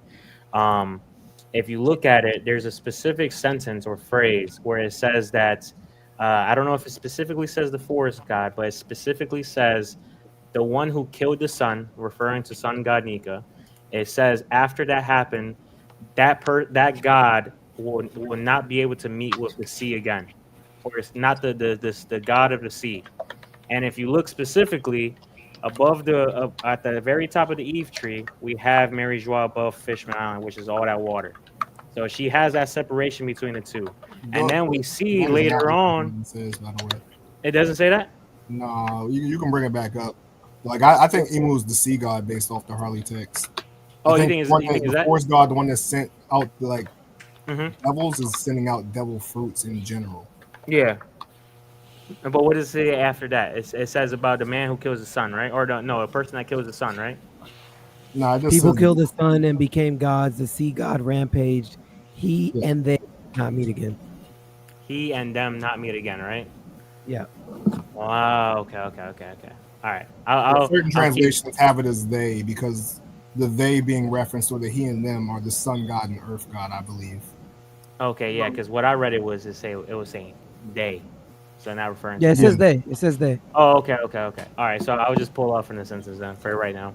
Yeah, because I use that they to reference like the sun god and earth god. Where I think sun god and earth god are respectively like in this one they're like Nika and like whoever was the Davy Jones before Davy Jones in the first world was like earth god. That's like the current like Blackbeard and Luffy are the new like sun god and earth god. The sea god is the one ruling this current world, which is Emu, and that the forest god, that's the one that like created the devil fruit. So I don't exactly know who they would be, but like I would think, if I had to guess, I would think maybe someone like Dragon, or like I don't know, maybe even like Sengoku might be forest god. it's because it's like the Buddha, and the Buddha's like this holy thing. Like I just don't know who would be the forest god, because like I would think forest god is something more related to creation. Okay. Okay. Nika, final words. Do you have anything before we wrap? Shoot, final word. I hit y'all with a theory I'm working on. I think Shamrock might find interest in Nami, and Nami might get kidnapped and taken to the Holy Land, and she's gonna be with Vivi in the Holy Land. And I'm explaining it first by just paralleling Nami to Shaki. Nami, she has her own little clout as a beautiful woman herself. We've all seen that little tidbit just dropped through the story, and Vivi's already going to be there, and it's going to parallel Alabasta. Now, when we get to Nami being there, we're probably going to find out some more stuff about Nami that we don't know, and who knows, she might have some lineage factors, as we were talking about, that we don't know of yet. Nami Nerona, who knows? Maybe she was some really, really important princess to another kingdom. We don't know, because she was found on another island with Nezuko. I think I'm saying her name right. I'm not sure. Alex also told me, I think it was Alex that said it in this, but he's like, she was a slave. Nezuko was probably Nezuko was a slave, and she was probably a slave child, because they're not blood related at all. So I like the Bellemere, because that gives her dragon parallels, and the whole thing already parallels. And that's why Bellemere just leaves the army, like she leaves the Navy right after that. Yeah, and if you think about it, I'm not making up the Shamrock and Nami thing. Nami has been called. Nami is literally the navigator. She predicts weather, and in the art gallery, Oda called Shamrock Storm Premonition. That's literally what Nami does. She predicts storms. It's that a premonition is a forewarning. That's what Nami does. And interesting that Ree says that Nami might possibly be the traitor. In some ways, they did say Nami is the enemy to the Four Emperors in that very same art gallery. So I thought that was also very interesting as a tie-in. But Nami, all her bounty number, if you spell it out in, I think it's either kanji or katakana. I could be wrong on the Japanese alphabet, but in one of them, her bounty numbers spell out for Shamrock, which is interesting as hell. And another thing, just off of portrayal, Shamrock has the red hair and he has a braid. Nami currently right now, she has the braid. Just off a little side notes, and Strong World was the first movie that Oda ever touched. The first movie that Oda ever touched and had any portrayal, like hands on. And Nami was kidnapped by Shiki and all this other stuff. Like, she was made to be important. Add that in with the fact that in the canon, she was already seen and kidnapped to be a bride in Thriller Bark. And I do think more parallels are going to keep playing out. Like, we are going to get more parallels from Skypiea, more from Thriller Bark, as I've been saying. A lot of these parallels we've been getting are Thriller Bark parallels already. So I do think Oda's going to keep playing with that. And I think having Nami kidnapped, or just having that happen, it's spicy. So Nami gets taken to the Holy Land by Shamrock. And that would be a Nami beauty upscale too. So that'd be crazy. Ooh, yeah. I'm always here for that. All right, man. Nice. Good stream. Appreciate you guys. Next week, another chapter. You already know what it is. Y'all have a great night, man. I'm gonna hit the Discord because I got some stuff to say. I'm gonna catch y'all later. Real. Yeah. Peace. Bye, guys.